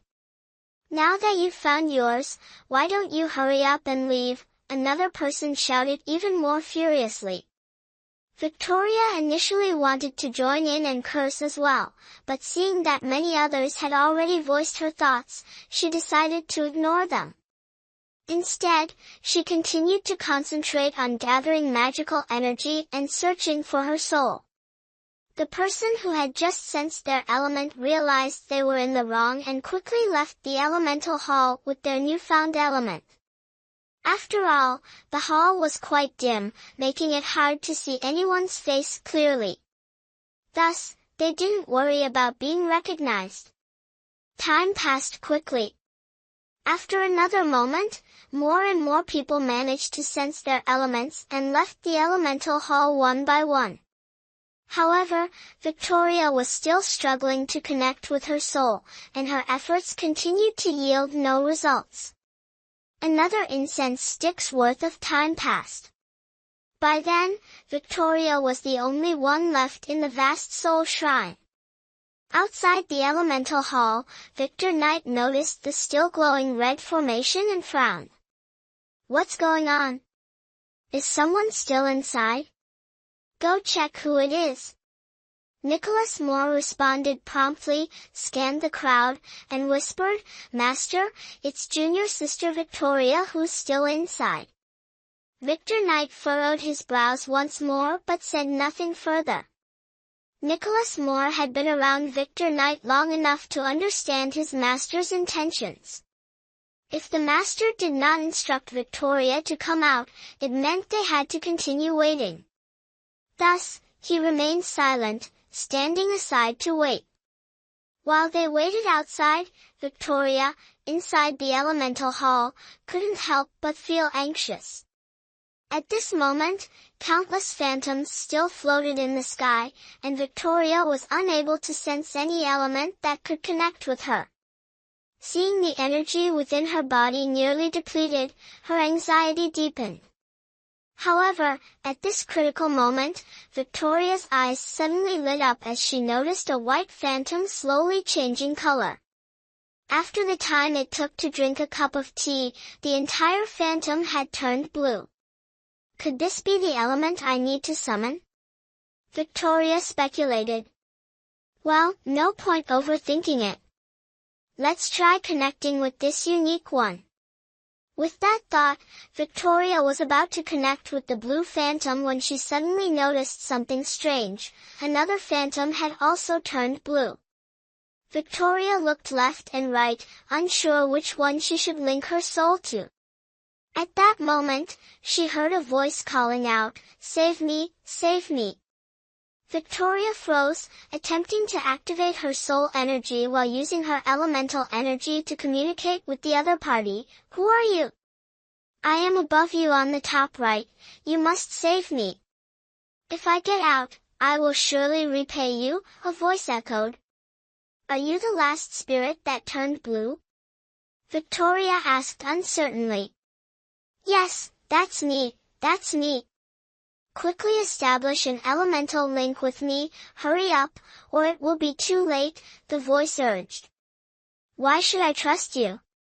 Victoria replied slowly. Tell me first, what abilities do you have? I can fly and carry you through the skies. The spirit seemed extremely anxious. Hearing Victoria's question about its abilities, it hastily responded at lightning speed. Hearing this, Victoria's heart stirred. Could this be a mutated element? The ability to fly in the air, this was indeed a remarkable element. However, Victoria hesitated, unsure of this element's combat capabilities, and asked, Is that all? Seems a bit limited. After speaking, she tried reaching out to another color-changing spirit but received no response. Big sister, being able to fly is already amazing. If you want to establish a soul link with another element, go ahead. But let me tell you, that element is a plant, and it has no attack capabilities whatsoever, let alone the ability to fly. Huh? How do you know? And how dare you call me big sister? Am I that old? Victoria, still unhurried, couldn't help but ask. Look closely. It's stationary in the air. If it were human or an animal, it would have at least tried to communicate with you, the element explained anxiously, fearing time was running out. Hurry up, big sister. If you keep dawdling, it'll really be too late. As sorcerers, we can only sense one element. I don't want to do something I'd regret. Let me ask you one more thing. From your voice, you sound like a woman, but your tone seems masculine. What's going on? Victoria continued pressing. Big sister. I'm begging you, okay? I am a woman. If necessary, I can serve you. Stop rambling already. Hurry up, I'm about to disappear. The element nearly pleaded with desperation in its tone. Victoria shivered slightly, she didn't want to play the role of a Yuri character. She pondered for a moment, genuinely curious about what a woman with wings would be like. Could it be that, in the future, she would ride on her back and soar through the skies? However, Victoria didn't have much time to dwell on such thoughts. She realized that the phantom's body was becoming increasingly faint. Just as it had warned, if she didn't act quickly, the phantom would completely disappear. Without hesitation, Victoria swiftly established a soul connection with the phantom. Thank you, big sister, the phantom sighed in relief, its body returning to its original blue hue. No need for thanks. By the way, don't call me big sister, it makes me sound old. Where are you right now? After forming the soul connection, Victoria could sense the phantom's exact location. Yet, as she glanced around, she couldn't spot the elemental spirit anywhere. It's a bit dark here. Step outside, and you'll see me, the elemental spirit replied. Victoria figured it made sense and stepped into the blue-lit exit. With a quick motion, her surroundings brightened. Looking around, she found herself back at the starting point, the place she had been before entering the elemental hall. Chapter 20, The Tragic Mutated Elemental. Seeing Victoria step out, Victor Knight couldn't help but glance at her element. That glance made his brows furrow even deeper. Slowly walking up to Victoria, he asked coldly, "Is this the element you took nearly half an hour to sense?" Victoria looked around in confusion. Through soul energy, she could feel the mutated element right beside her, but she just couldn't see it. Curiously, she asked, "Senior, have you already seen it?" Victor Knight let out a cold snort, said nothing more, and flicked his sleeve as he walked away. Behind Victor Knight, Nicholas more gently patted Victoria's left shoulder, sighed softly, and said to everyone, "You all stay where you are, sense your own elements, and get familiar with them." Victoria scratched her head in puzzlement. As she raised her hand, she felt something pressing on her right shoulder. Quickly glancing over, she saw a dull gray sparrow staring at her with round eyes. "Go on, go play somewhere else."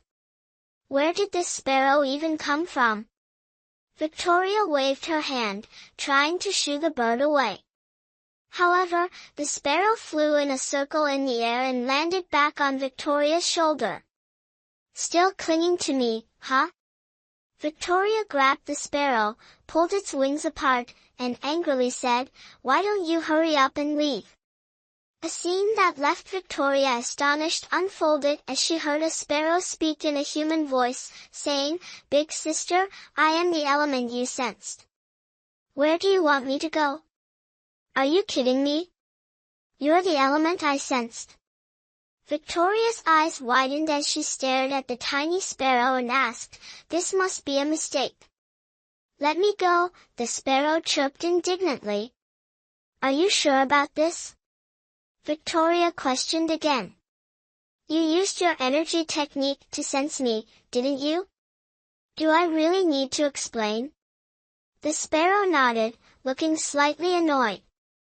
So, does this mean I'm some sort of weird, mutated summoner now? And didn't you say you could fly? Victoria was so flustered that she could barely get her words out. Using her soul energy, she could definitely feel the element right beside her, but she refused to accept this reality. She knew that if her mutated element truly turned out to be this sparrow, her career as a summoner was doomed. In her frustration, her hands tugged a few feathers from the sparrow. The sparrow squawked in pain, pecked Victoria's hand in retaliation, and seized the chance to escape her grasp. It flapped its wings, soaring into the sky as it called out, "See? I wasn't lying. I'm flying, aren't I? Didn't you also say you could carry me while flying?" Victoria finally had no choice but to admit that this sparrow was indeed her mutated element, though she still asked begrudgingly. "Well, not right now.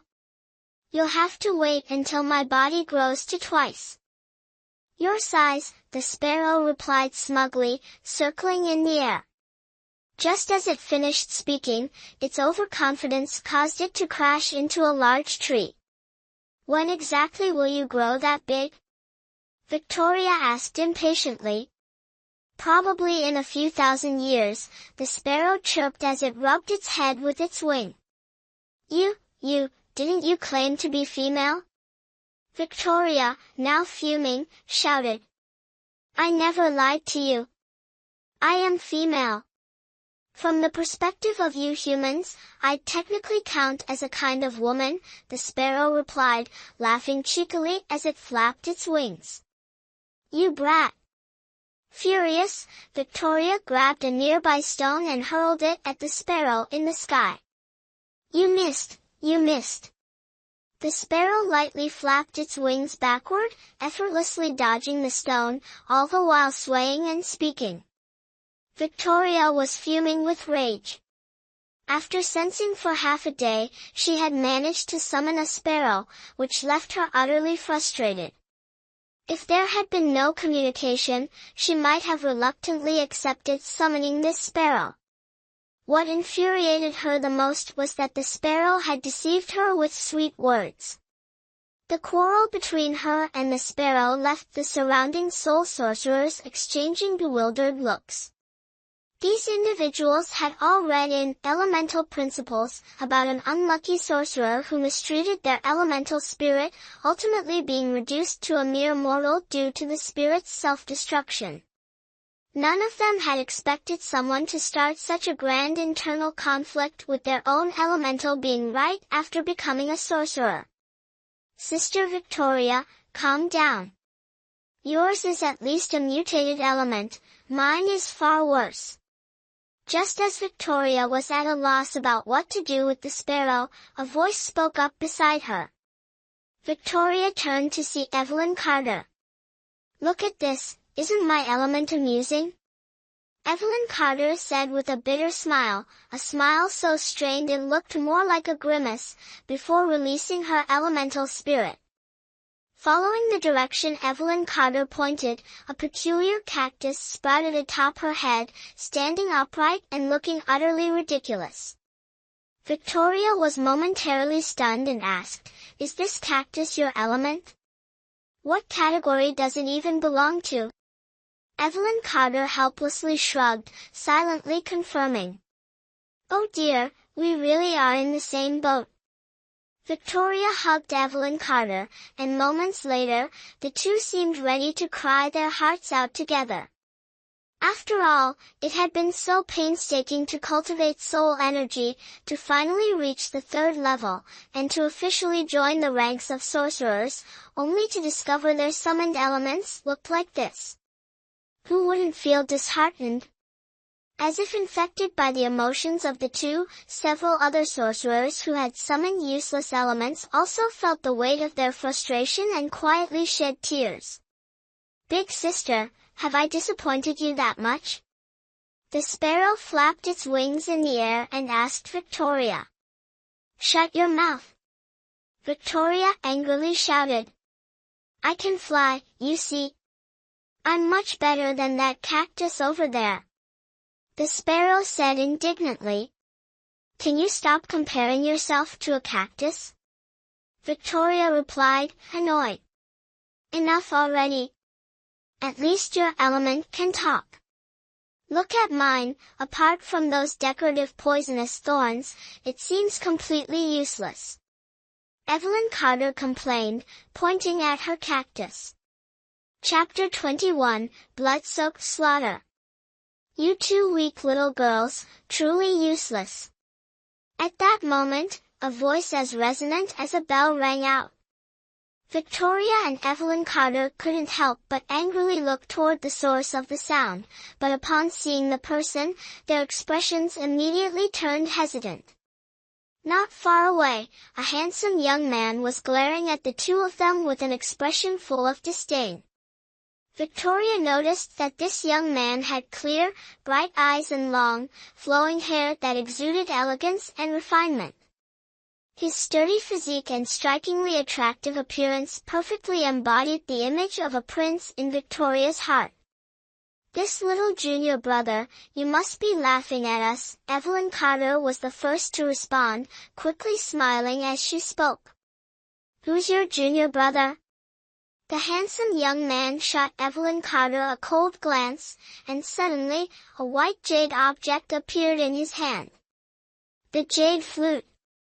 Victoria and Evelyn Carter exclaimed in unison, then exchanged glances. This young man seemed like a character straight out of a comic book, and the jade flute in his hand only emphasized his extraordinary talent. "What about the jade flute?" "Humph."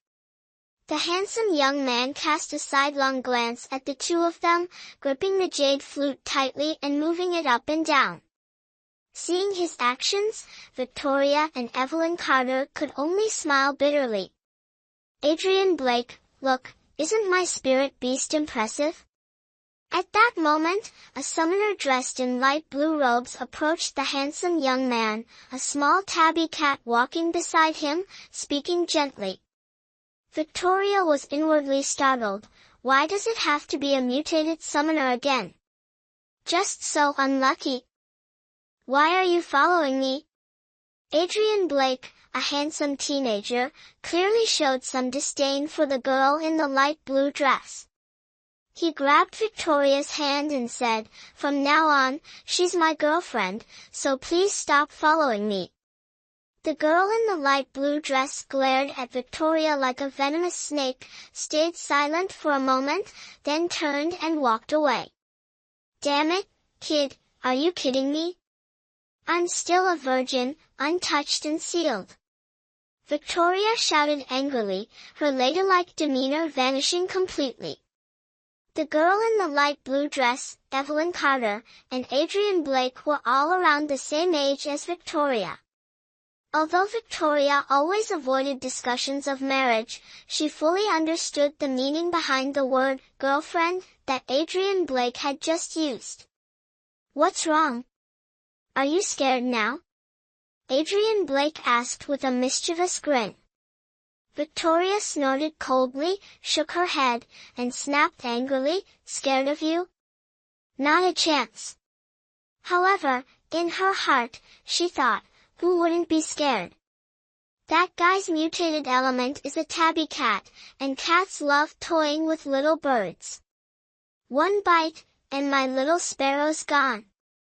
This is bad, really bad. At that moment, on the expansive grassy field, among nearly 1,000 people, over 300 had become mages. The rest were either yet to develop magical abilities or had developed them but hadn't solidified their power. They looked at the 300 newly minted mages with a mix of admiration and a bit of pity for those who had awakened useless elemental powers, though the admiration was hard to conceal. Anyway, as long as one can sense an element, they can at least be considered a sorcerer. However, those who possess magical energy but lack an elemental affinity cannot, in principle, be called sorcerers. Thus, sorcerers naturally gathered together, communicating with their elements to better understand one another. Of course, Victoria was an exception. Her sparrow, apart from circling endlessly in the air, rarely made a sound. Yet, judging by its movements, it seemed to be mocking her, reigniting the anger Victoria had struggled so hard to suppress. Half an hour later, Nicholas Moore approached the group alone, sweeping his gaze over everyone before declaring, "We'll now begin the assignments. Line up according to your category. Those who haven't cultivated magical energy, form one line. Those who haven't stabilized their magical energy, form another. Those with useless elemental affinities, form yet another line. The rest, regular sorcerers, form the last line.